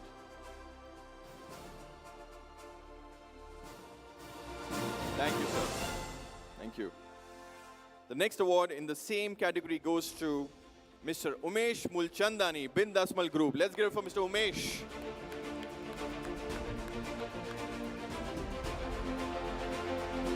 Maafi Mawjood, Maafi Mawjood. Moving on. The next award in the same category goes to Mr. Deepu George from Jotun Paints, I guess. Let's go for Mr. Deepu.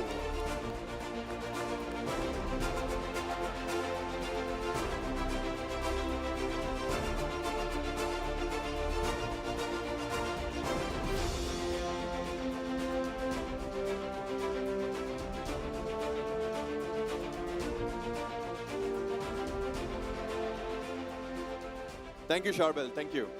Thank you. May I please request my next presenter, Mr. Nikhil Katara from Cloud Host, to join me on stage for the next set of awards. Let's go for Mr. Nikhil.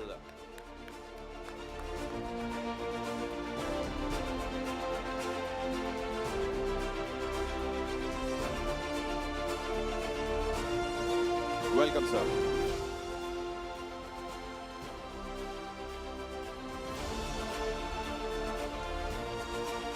All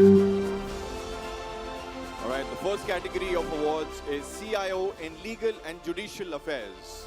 And the award goes to Arul Jose Wiggin from Dubai International Financial Center.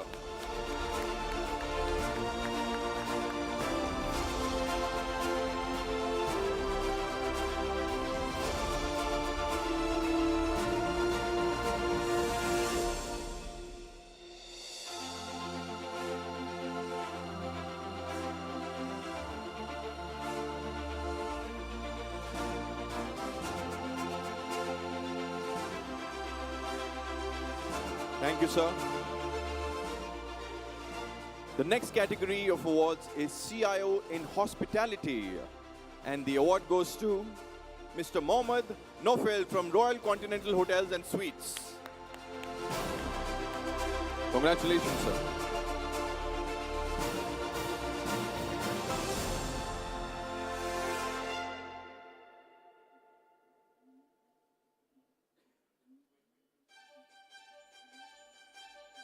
Thank you, sir. The next award in the same category goes to Mr. Mohammad Dogar from Millennium Palace, Barsha Heights Hotel and Apartments. Let's hear from Mr. Mohit.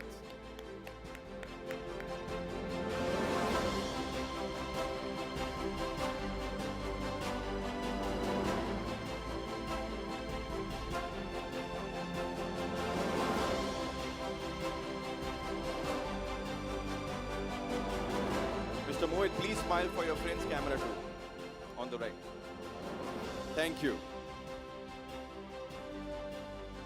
The next award in the same category of CIO in Hospitality goes to Mr. Mohammad Kadash from Fairmont the Palm.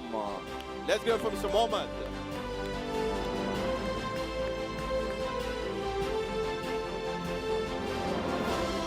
Nobody wants to change their seat right now? No? All right, moving on. CIO in Hospitality. The next award goes to Snebu Samuel from Crown Plaza, Dubai Marina.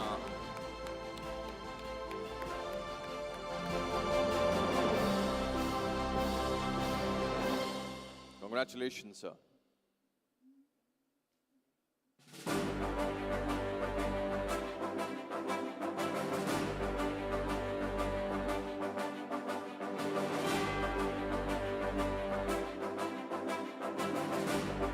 Thank you. The next award in the same category goes to Mr. Saqib Masubi from Caesars Palace. Let's get it from Mr. Saqib.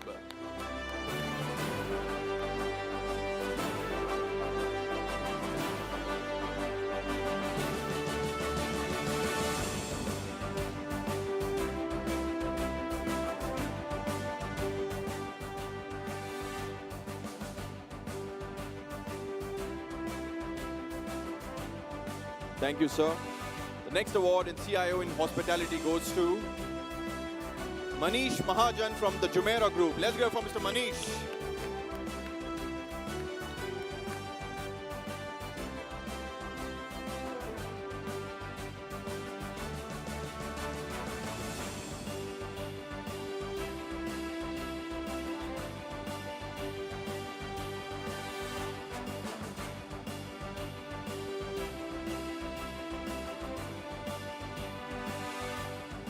Thank you, sir. Thank you so much. Now I'd like to call my favorite from the GEC group, Anushri Dikshit on stage, Global Head, GEC Media Group, to present the next set of awards. Let's get it from Mr. Anushri.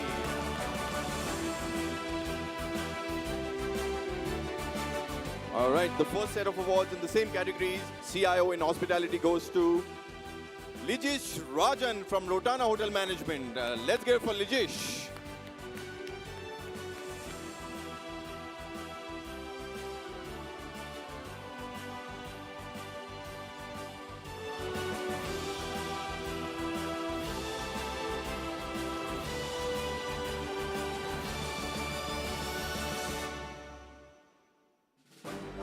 Thank you.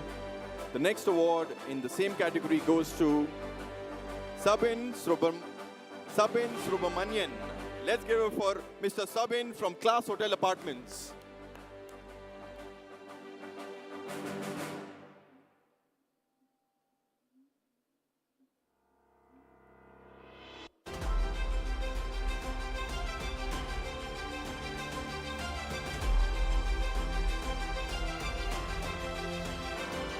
Thank you.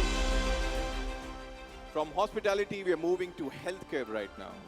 Because if your hospitality is not good, where do you land up? Healthcare. Moving on. The guys who are taking care of us in the healthcare department, we're going to award you right now. CIO in healthcare. And the very first award goes to Ali Asgar Buhari from Zuleika Hospital.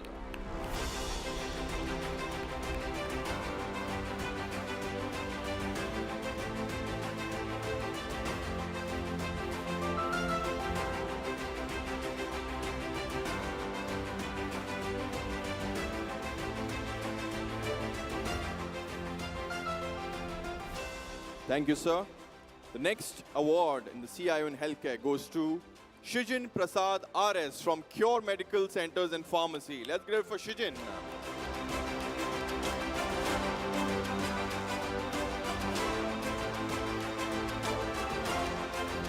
There is a confusion. Who is Shijin? Two people are talking to each other. Why don't you go? You're Shijin. He's like, you are also Shijin. Both decided no one wants to come on stage. Pass. Pass. All right, moving on. The next award in CIO in Healthcare goes to Mr. Jaleel Rahiman from Prime Healthcare Group. Let's give it for Jaleel.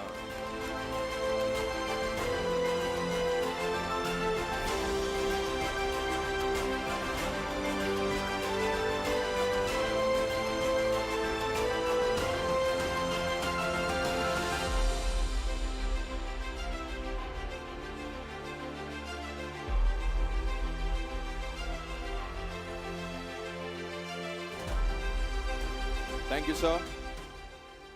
The next award in the same category of healthcare, the award goes to Mr. Makarim Maulana from Icarus.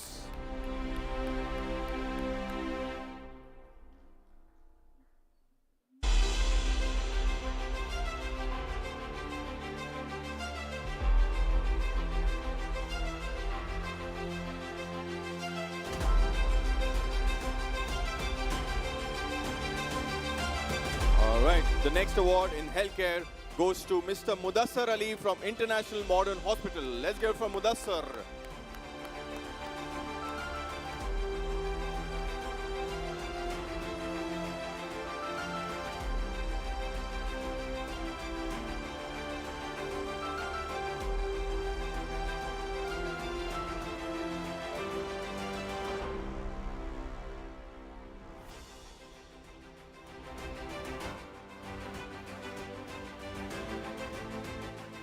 Thank you, sir. The next award in the same category goes to Mr. Mohammad Naimuddin Akhtar in Neurospinal Hospital. Let's give it to Mr. Mohammad.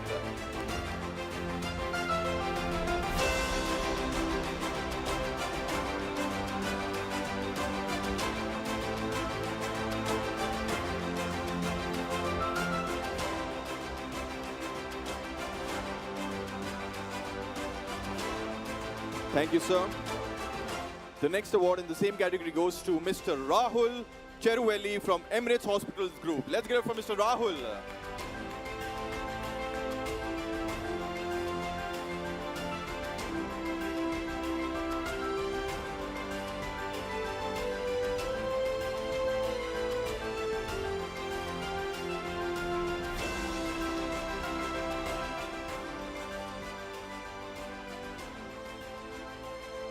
Thank you, sir. The next award in the same category goes to Mr. Abid Hussain from Saudi German Hospital. Let's get it from Mr. Abid.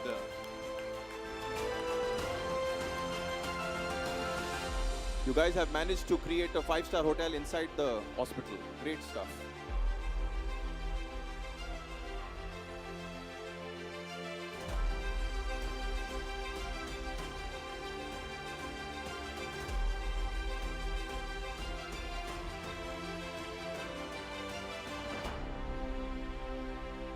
All right, we're changing category right now. The next category of award is for the CIO in Government Relations Services. And the award goes to Bechara Seman from ADPI.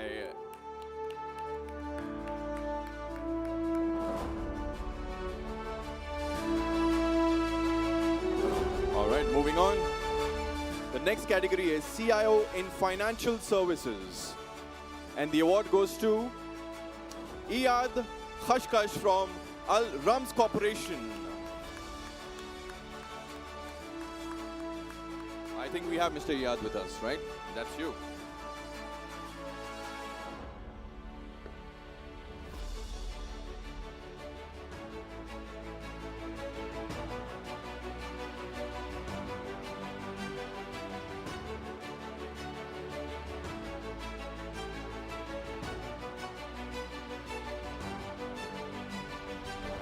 Thank you.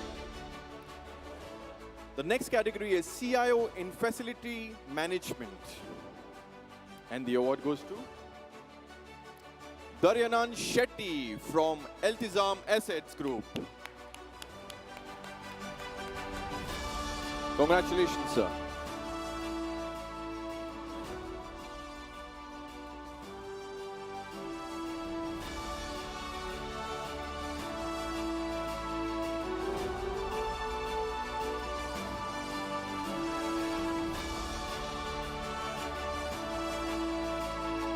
Thank you, sir.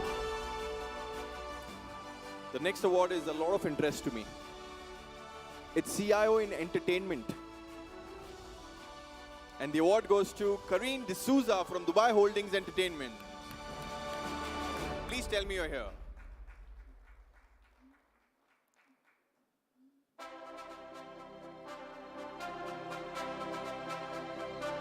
Congratulations, ma'am.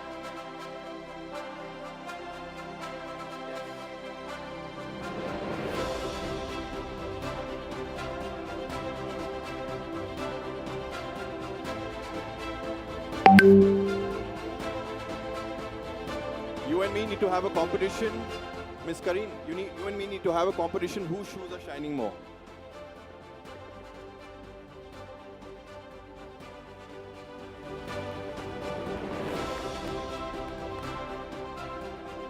All right, moving on. The next category of CIOs are CIO in education. The future generation is in the hands of the CIOs of education. The first very award in CIO education goes to Mr. Abdul Rahman Khaiwi from Emirates National School. Let's go for Mr. Abdul Rahman. And this time, seriously, we're going to put the sprinklers on. Yeah. Congratulations, sir.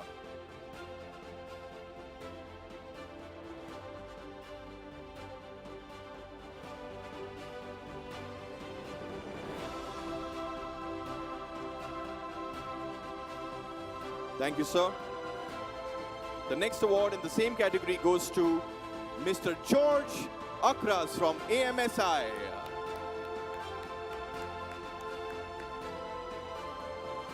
Mr. George, are you there?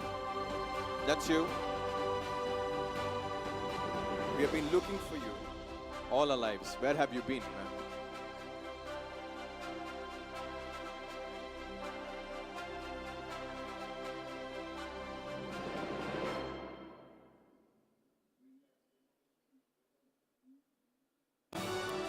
Thank you, sir. The next award in the same category goes to Mr. Amjad Khan from Aleph Education. Let's go for Mr. Amjad.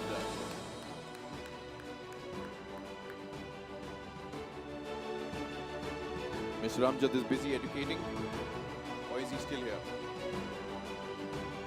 All right, the next award in the same category goes to Mr. Nitin Geo Thomas from Amity Education, Middle East. Let's go for Mr. Nitin. And Mr. Nitin is not here. He's also busy educating. Moving on, CIO in education. The next award goes to Sanil Manoli from University of Wollongong, Dubai. Is Mr. Sanil here? That's you. Welcome, Mr. Sanil. Congratulations.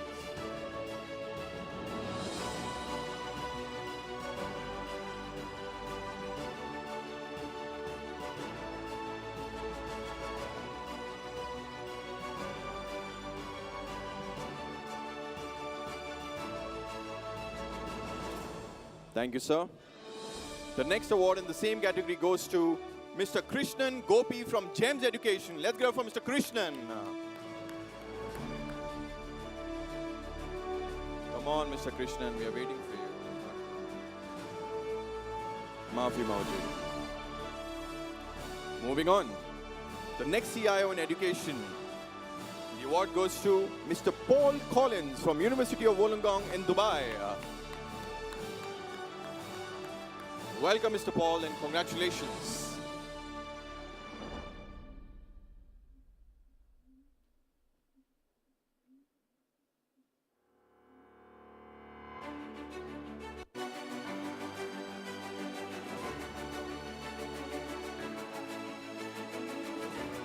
The next award in the same category goes to Mr. Pragnesh Menin. Mr. Pragnesh Menin from Middlesex University, Dubai. Let's go for Mr. Pragnesh.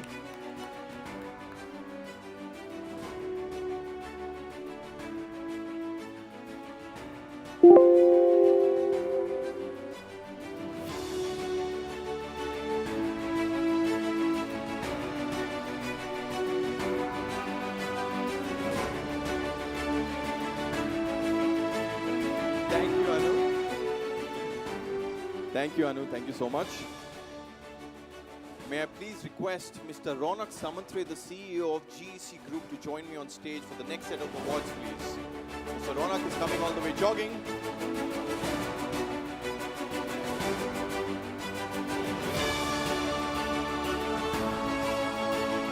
All right. The next CIO in the education sector goes to Prasanna Santanam from Bloom Education. Let's give it to Prasanna.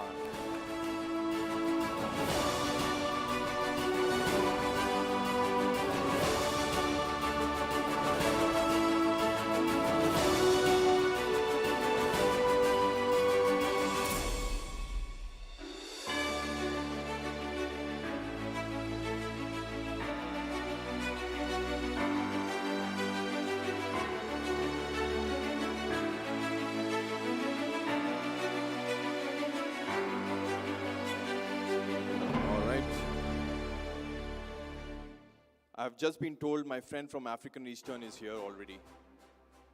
Can I please welcome Mr. Santosh on stage to collect his award? I was looking for you. We could be best friends.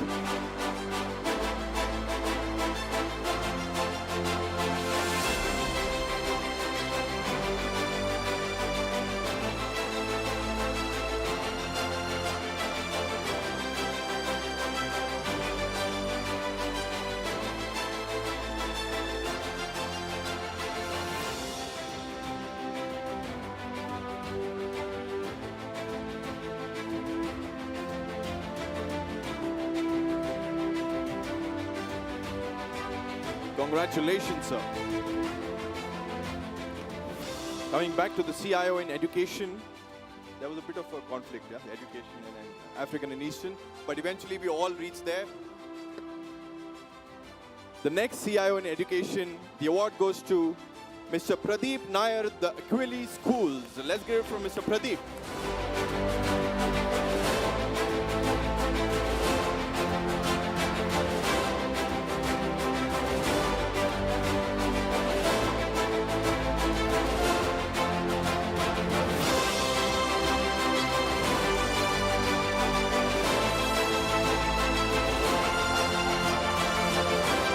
Thank you, sir. Thank you.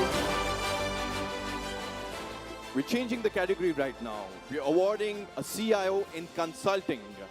And the award goes to Vimal Ramachandran from HLB HAMT. Let's go for Mr. Vimal.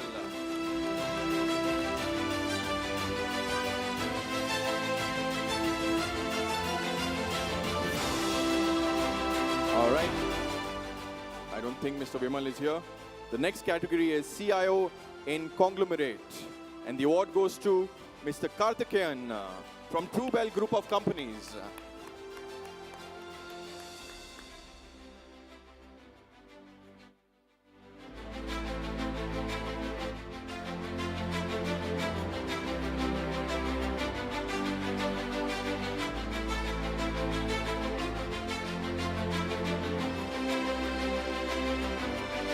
Thank you so much, sir.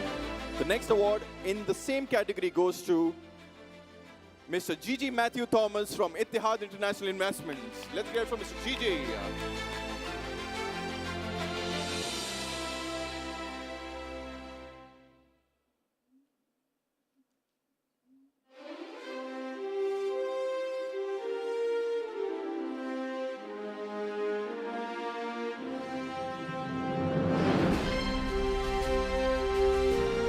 Thank you, sir. The next award in the same category goes to Mr. Madhukar Chaturvedi from Al Shirawi Group.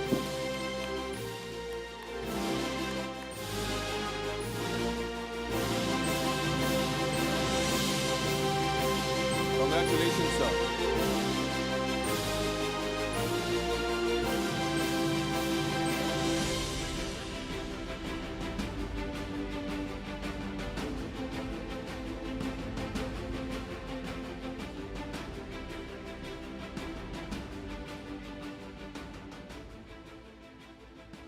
Thank you, sir. The next award in the same category goes to Peter Jesper from Noon.com. Let's get up for Peter.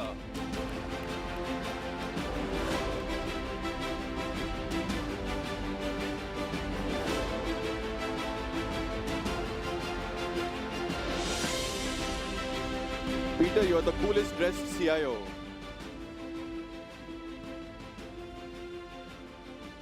And the next award in the same category goes to Shumon A. Zaman, Ali & Sons Holding.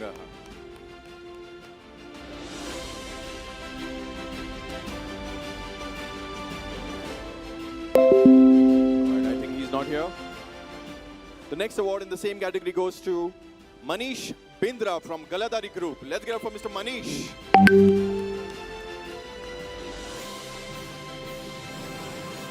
Maafi Mawjood. Moving on. The next award in the same category goes to Arnab Debroy from Metito Overseas Limited.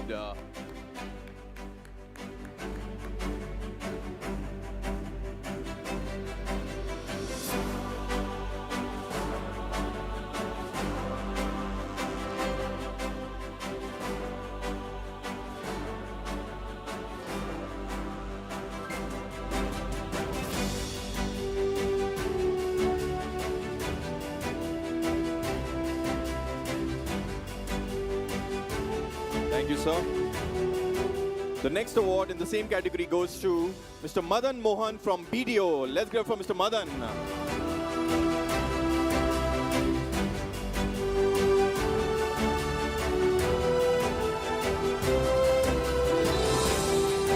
Congratulations, sir.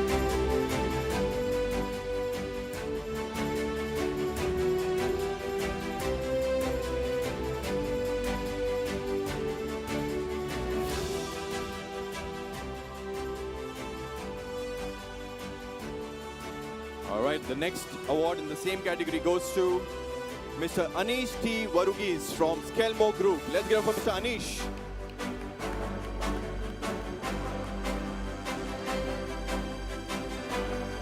Mr. Anish is there, yes. We spoke about sustainability.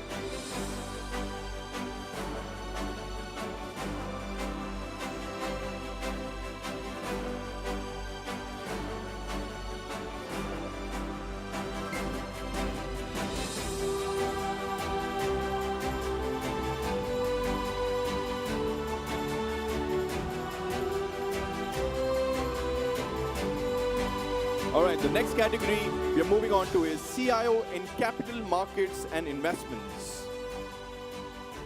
The very first award goes to Mr. Anand Krishnan from Emirates Investment Bank. Let's get it for Mr. Anand.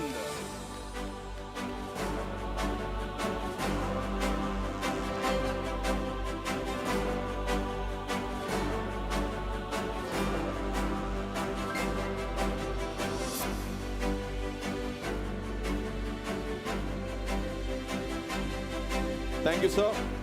The next award in the same category goes to Georges Saliba from Sanad Abu Dhabi.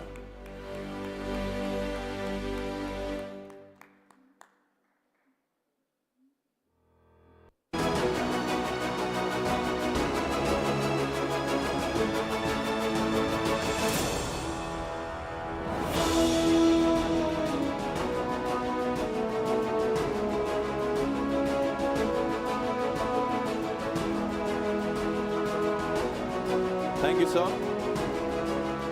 The next category is CIO in Banking and Finance. And the award goes to Mr. Harish RS from LM Exchange. Let's give it for Mr. Harish.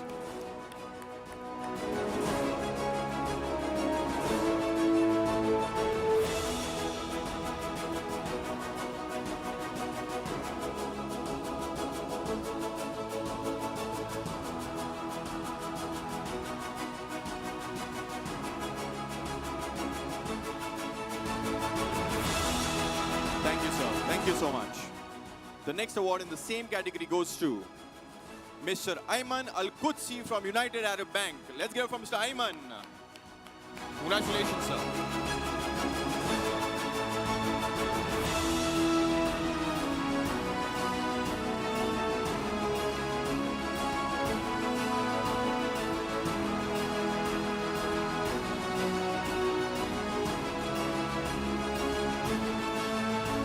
All right, the changing category right now, CIO in Automotive.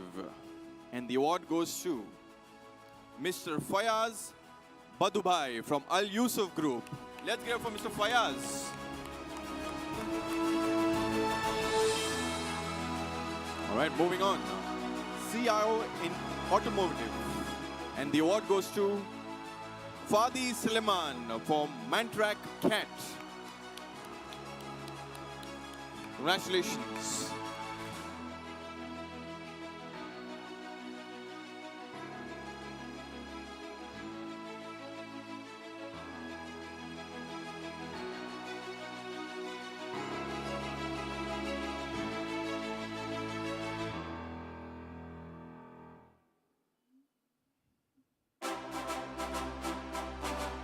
All right.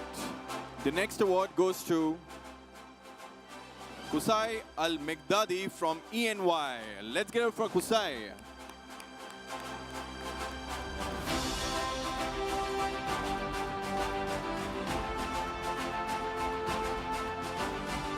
Shit. All right, all right, all right, all right. Why am I coming center stage? Am I going to dance? Are you going to dance? Do you want Ronak to dance, by the way? Just one Bollywood song, maybe. Yeah? Yeah, let's do it. No? No problem. They're all happy. They want some entertainment. They're bored from throughout the day. One dance, you and me. No? This guy's like, I didn't put this in the script. I'm not going to pay you if you make me dance. All right, we'll not dance. Why I'm center stage is because we're going to announce the biggest award right now. It's the IT Person of the Year award. All right? Since it's the Star Award, I wanted to be center stage. And I request all of you to please give a standing ovation for this person as soon as I call out the name. Are we good? Yes? Because it's the biggest award. It's the IT Person of the Year award. And the award goes to Alan Broward from Ittihad Rail. Let's call upon Mr. Alan. Congratulations.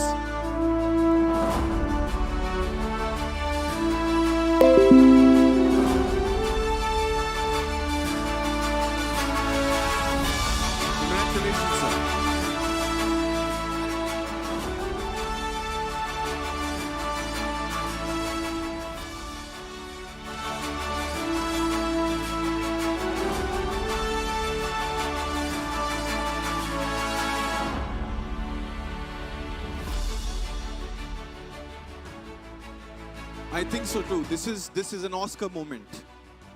So I want you to say a few words, please. A few words.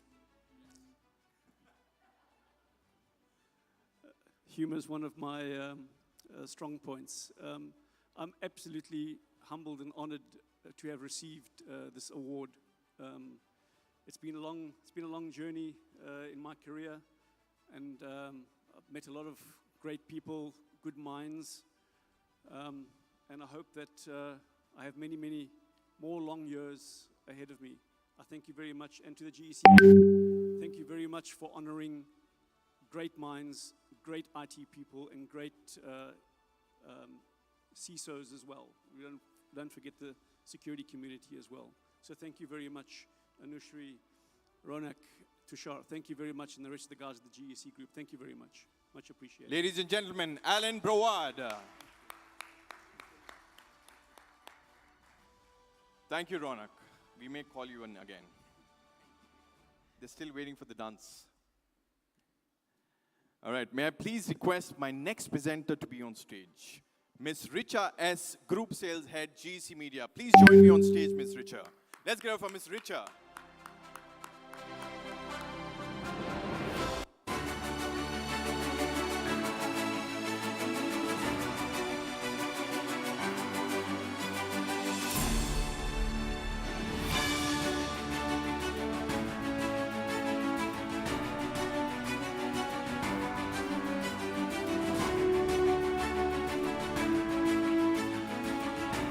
And now it's time for the Catalyst Marketing Awards. We're going to present the Catalyst Marketing Awards. The very first award for this category is Channel Champion. And the award goes to Mr. Kamlesh Lal from Dell Technologies.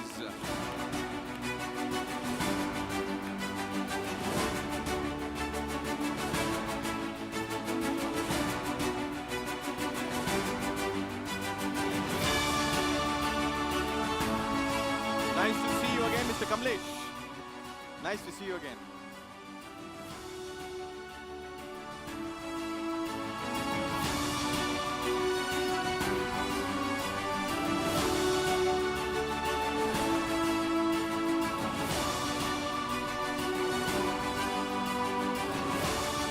All right, the next category is cross-functional marketing. And the award goes to Dalia Mansoor from Sprinkler.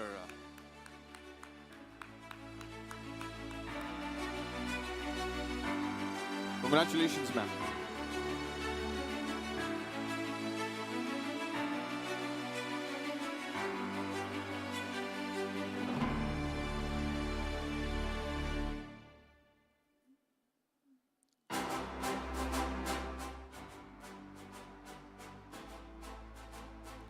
Thank you so much. The next category for award is brand activations. And the award goes to Miss Reshma Yasodharan from EMT Distribution. Let's give it for Miss Reshma.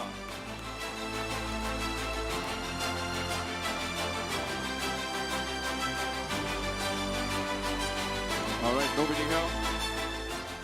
The next category is competitive marketing. Marketing is already competitive. And we're awarding the one which is the most competitive. Competitive Marketing Award goes to Mr. Suresh Venkataraman from Paisler AG.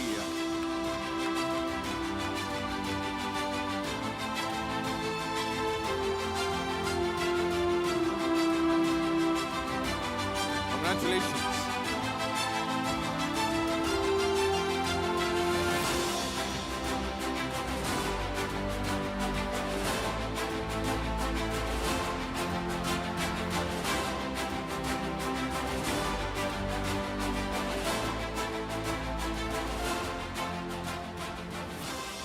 All right, the next category is BCM and Risk Management. And the award goes to Mr. Rajiv Dutt from Infinite Blue. Mr. Rajiv, welcome.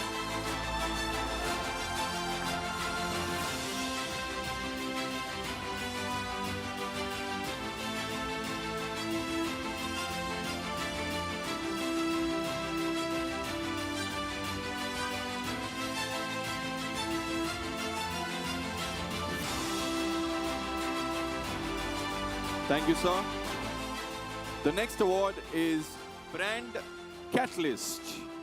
And the award goes to Prasant Negi from Best Pen Global MEA.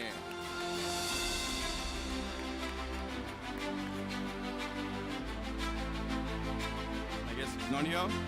Next award is for Strategic Marketing. And the award goes to Meenu Rajay from Ethos. Let's go for Miss Meenu.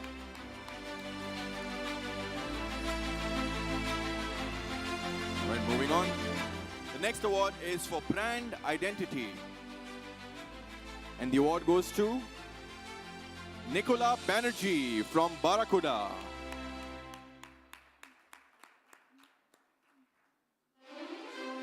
Congratulations, ma'am.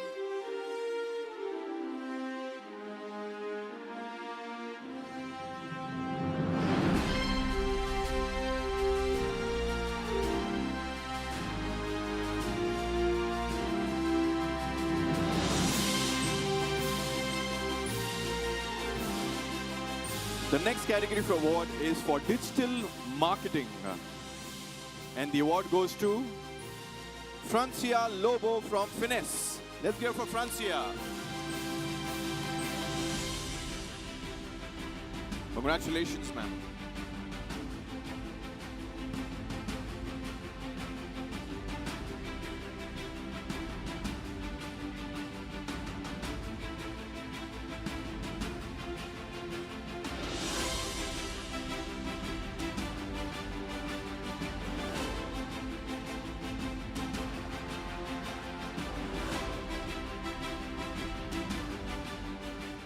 Thank you, Ms. Richa. Thank you. May I please request Ms. Anushri Dikshit to join me on stage once again. Let's get up for Ms. Anu.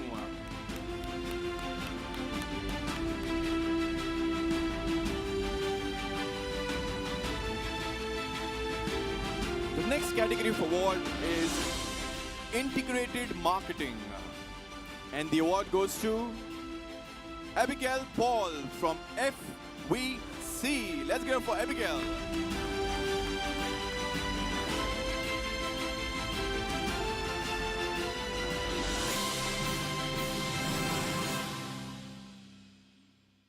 Abigail is not here. Moving on. The next category is Partnership Management, and the award goes to Riddhi Anil Kumar from Acronis. Let's hear from Ms. Riddhi.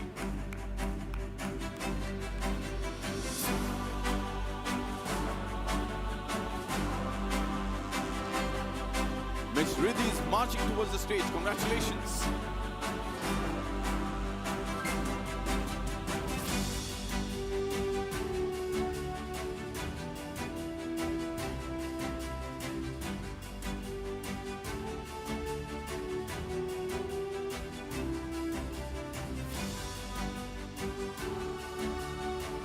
Thank you, ma'am. The next category for award is Account-Based Marketing. And the award goes to Mr. Hassan Hamadani from Pure Storage. Let's hear from Mr. Hassan.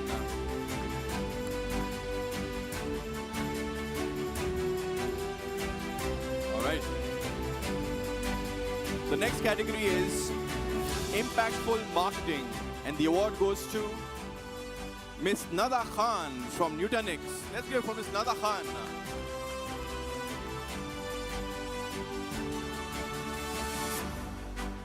Ms. Nada, are you busy? She has a meet with Shah Rukh Khan. Moving on. The next category is Brand Positioning. And the award goes to Charlene Fahed from Sentinel One. Congratulations, ma'am.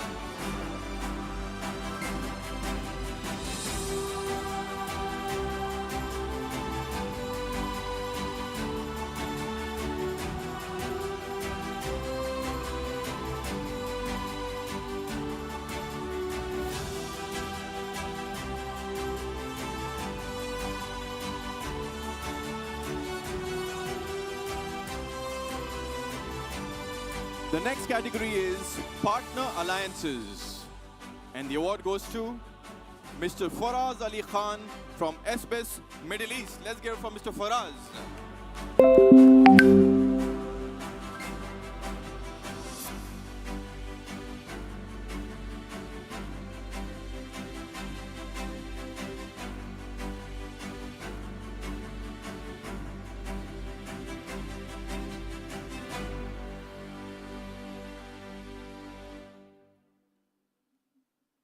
Thank you, sir.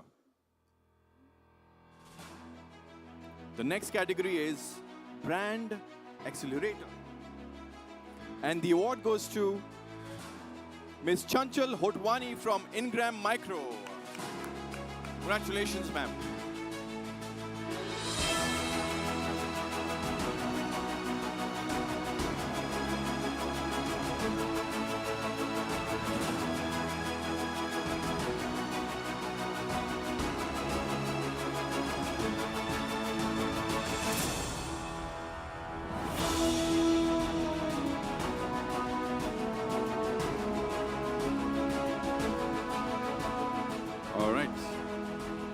I know it's time for me to come center stage again. Yes. And the reason is not that she's going to sing a song. You want to sing a song? No? Not today? Yes. All right. So I have the Star Awards right now. The top 2 Star Awards. And I want you guys to make as loud of noise you can. The first category of this Star Award is Top Executive of the Year in Sales. And the award goes to Sharbel Zrebi from Dell Technologies.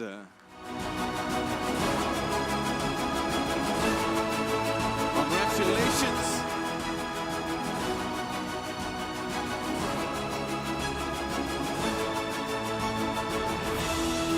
Congratulations.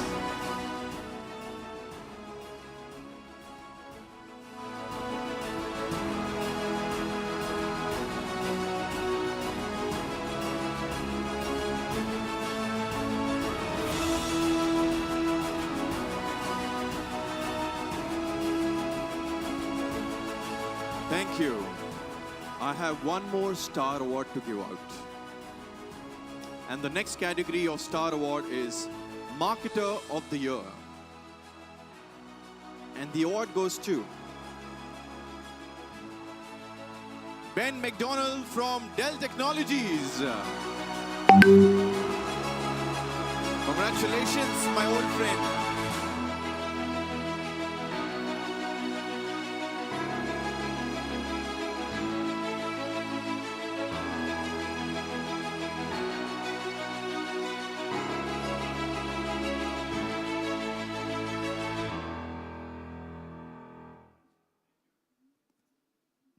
Thank you so much.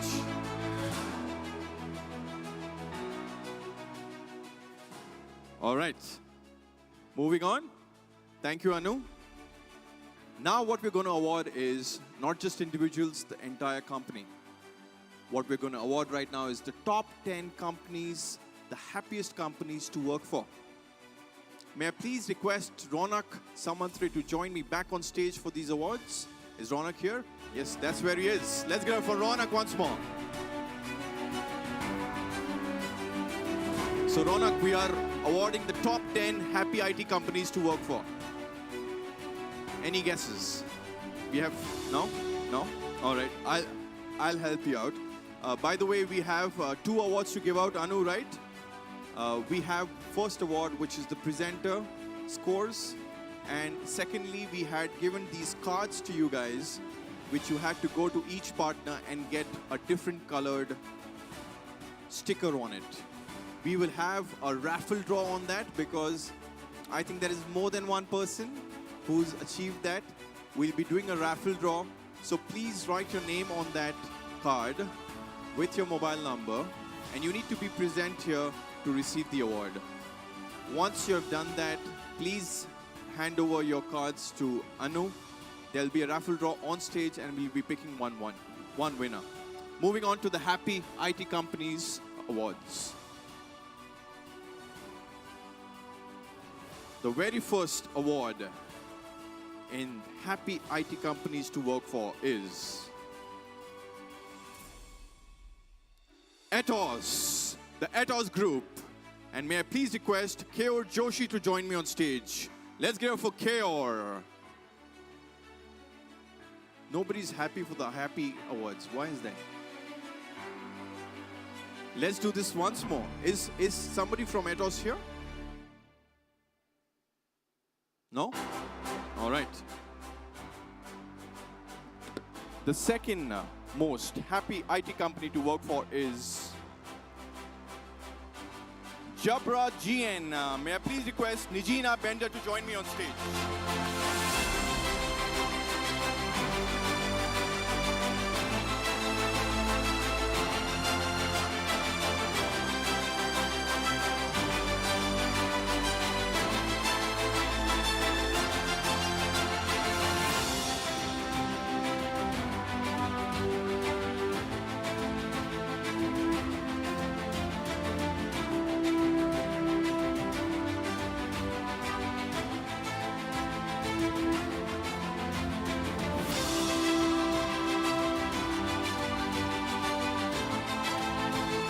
Congratulations.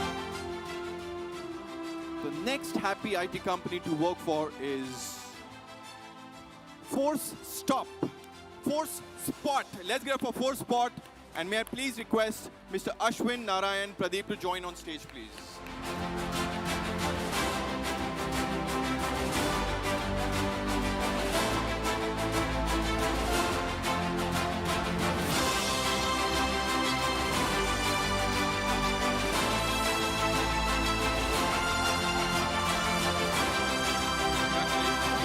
Congratulations, team.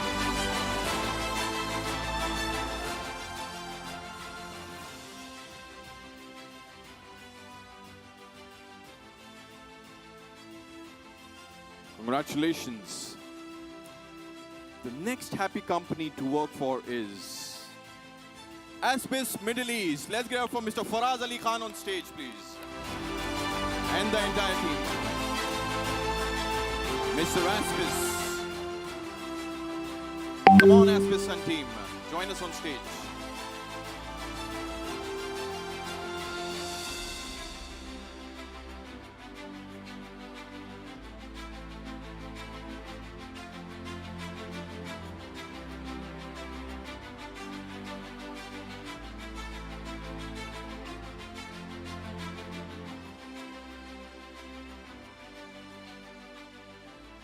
The next happy company we're going to award today is SecureNet. Let's give it up for Mr. Philip Matthew and team on stage, please.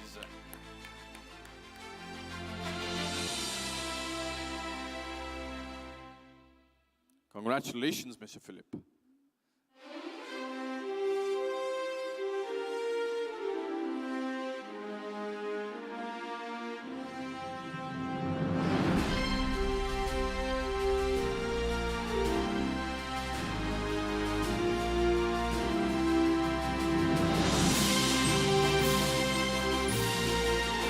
All right, the next company we're going to award today is Cloudbox Technologies LLC. May I please request Ranjit Kaipada and team to be on stage, please.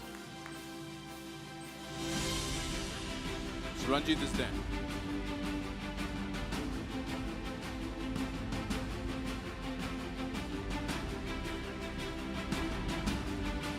Congratulations, sir.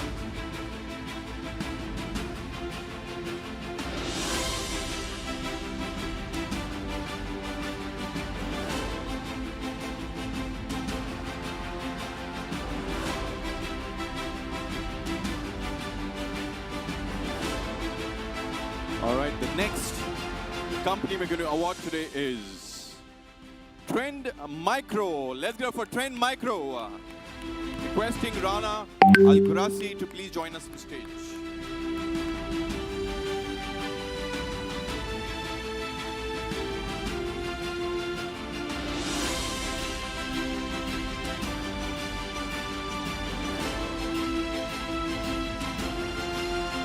Congratulations.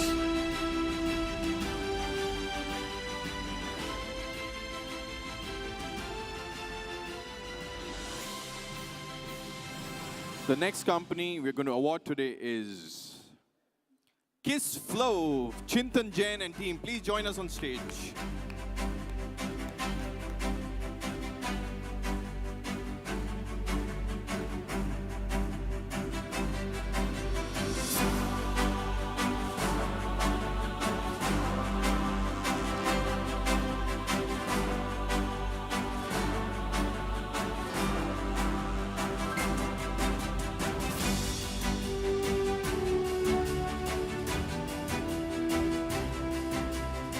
All right, the next company we are going to award today in the happiest IT companies to work for is Dell Technologies. May I please request Kamlesh Lal to join us on stage, please.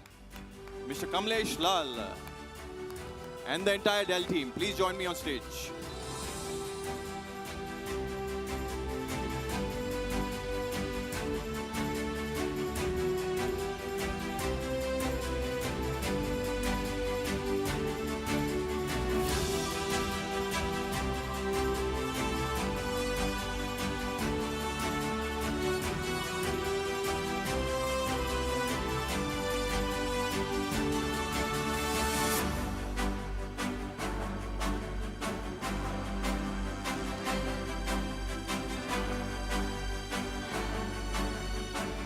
Thank you, guys. Thank you.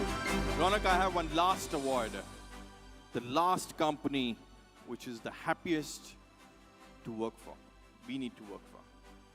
And the award goes to AppTech, an Ingram Micro company. Let's go for Chanchal Hotwani and team, please.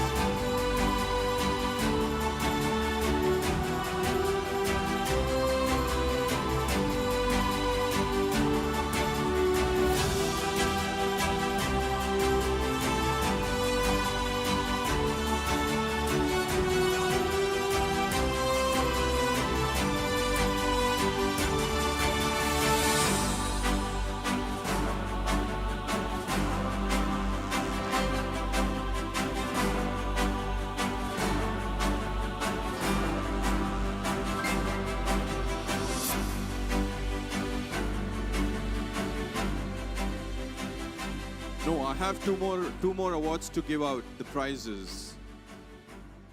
Anu, I would need your help here, please, because I'm clueless who the winners are from the speakers, number one, and secondly, we need to do the raffle draw for those cards we were distributing. How do we make that happen? He'll pick one, but you got to close your eyes because we are very fair. Throw it in the air, and when what happens? Whichever sticks up wins. Yeah. First, we need an umpire for that too. Yes. All right, all the winners, please stay back. We need to have a group picture. That's a ritual we do at GEC. That's going to happen very soon after this. Now, this is the winner for the postcard. All of these guys got all of them? Wow, that's some real dedication. That's some real dedication. She was the first one who approached me and said, I'm done. Last minute entry. Come on. You need to pick one without looking. This is for the card which we gave. All of these delegates have visited all of these exhibition stands we have today. Partners. Come on. All right. Do we have one winner? Yes. And the winner is... The winner is Jacob Matthew. Mr. Jacob Matthew, are you here?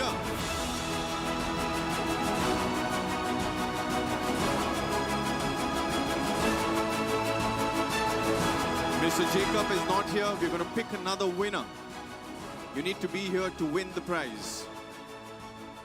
Since we are giving out a BMW 7 Series, just have to steal the keys from the valet. That's it.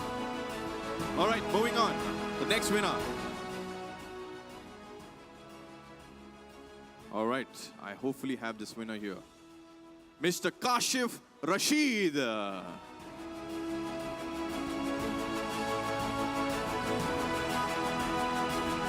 Congratulations, sir.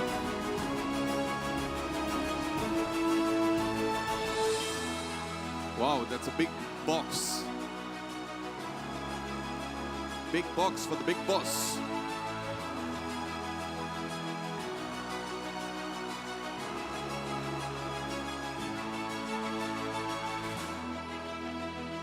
One more photograph.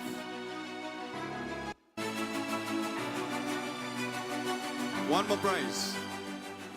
The speaker who came up here delivered his message clearly and in time. That's the award we are giving out right now. And this is not judged by us. This is judged by you guys as the audience. And the winner between all the speakers is... You have the winner? I thought it'll be displayed on the screen.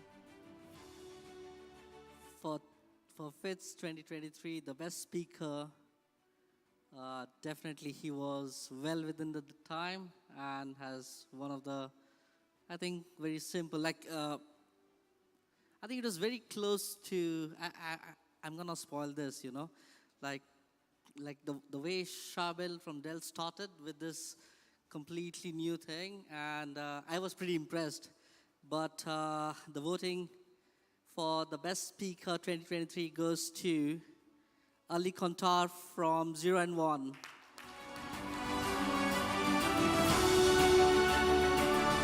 I told you, buddy. I told you. So Ali was the one who started giving 4 minutes back. Very well versed with the presentation, very crisp. The message was really clear, and most importantly, in time.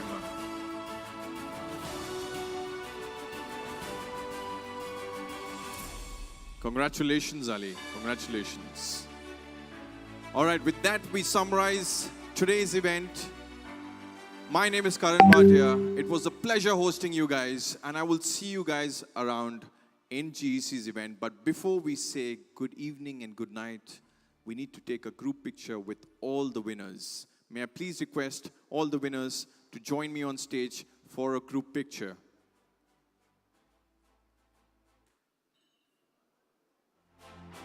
Thank you so much for attending the Future IT Summit 2023. It's been a pleasure, guys. It's been a pleasure. Winners, please join us on stage for a group picture.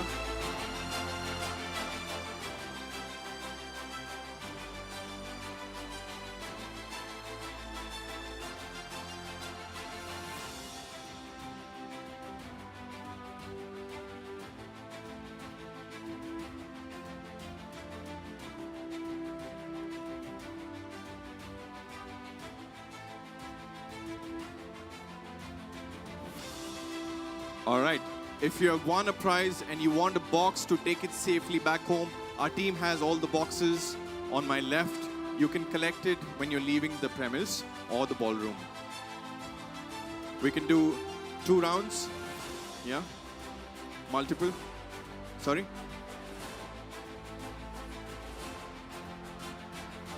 All right. Since we have a big group of achievers today, we can have them distributed, some standing on the ground, some sitting. The tallest ones go behind.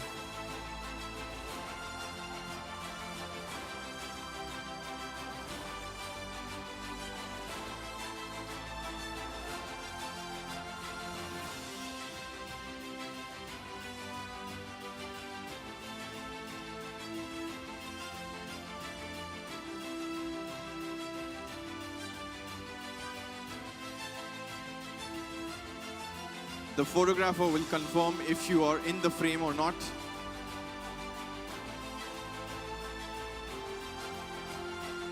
Mr. Ronak.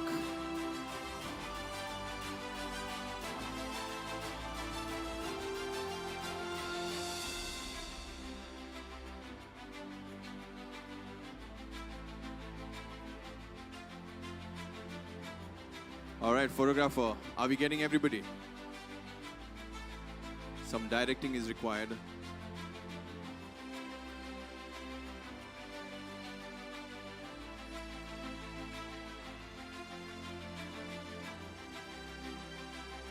I think the photographer is going to go onto the table, stand on the table. No?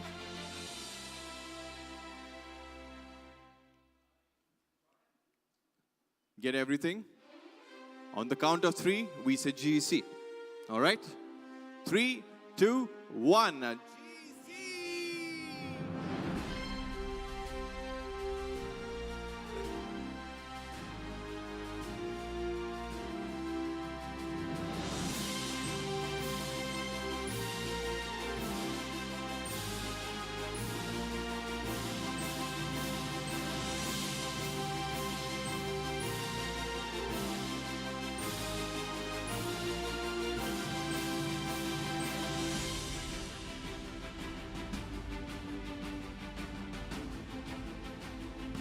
How much weight?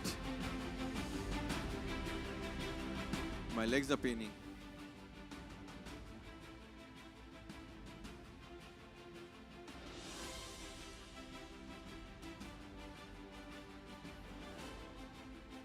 That's it. Thank you so much, guys. Congratulations, everybody.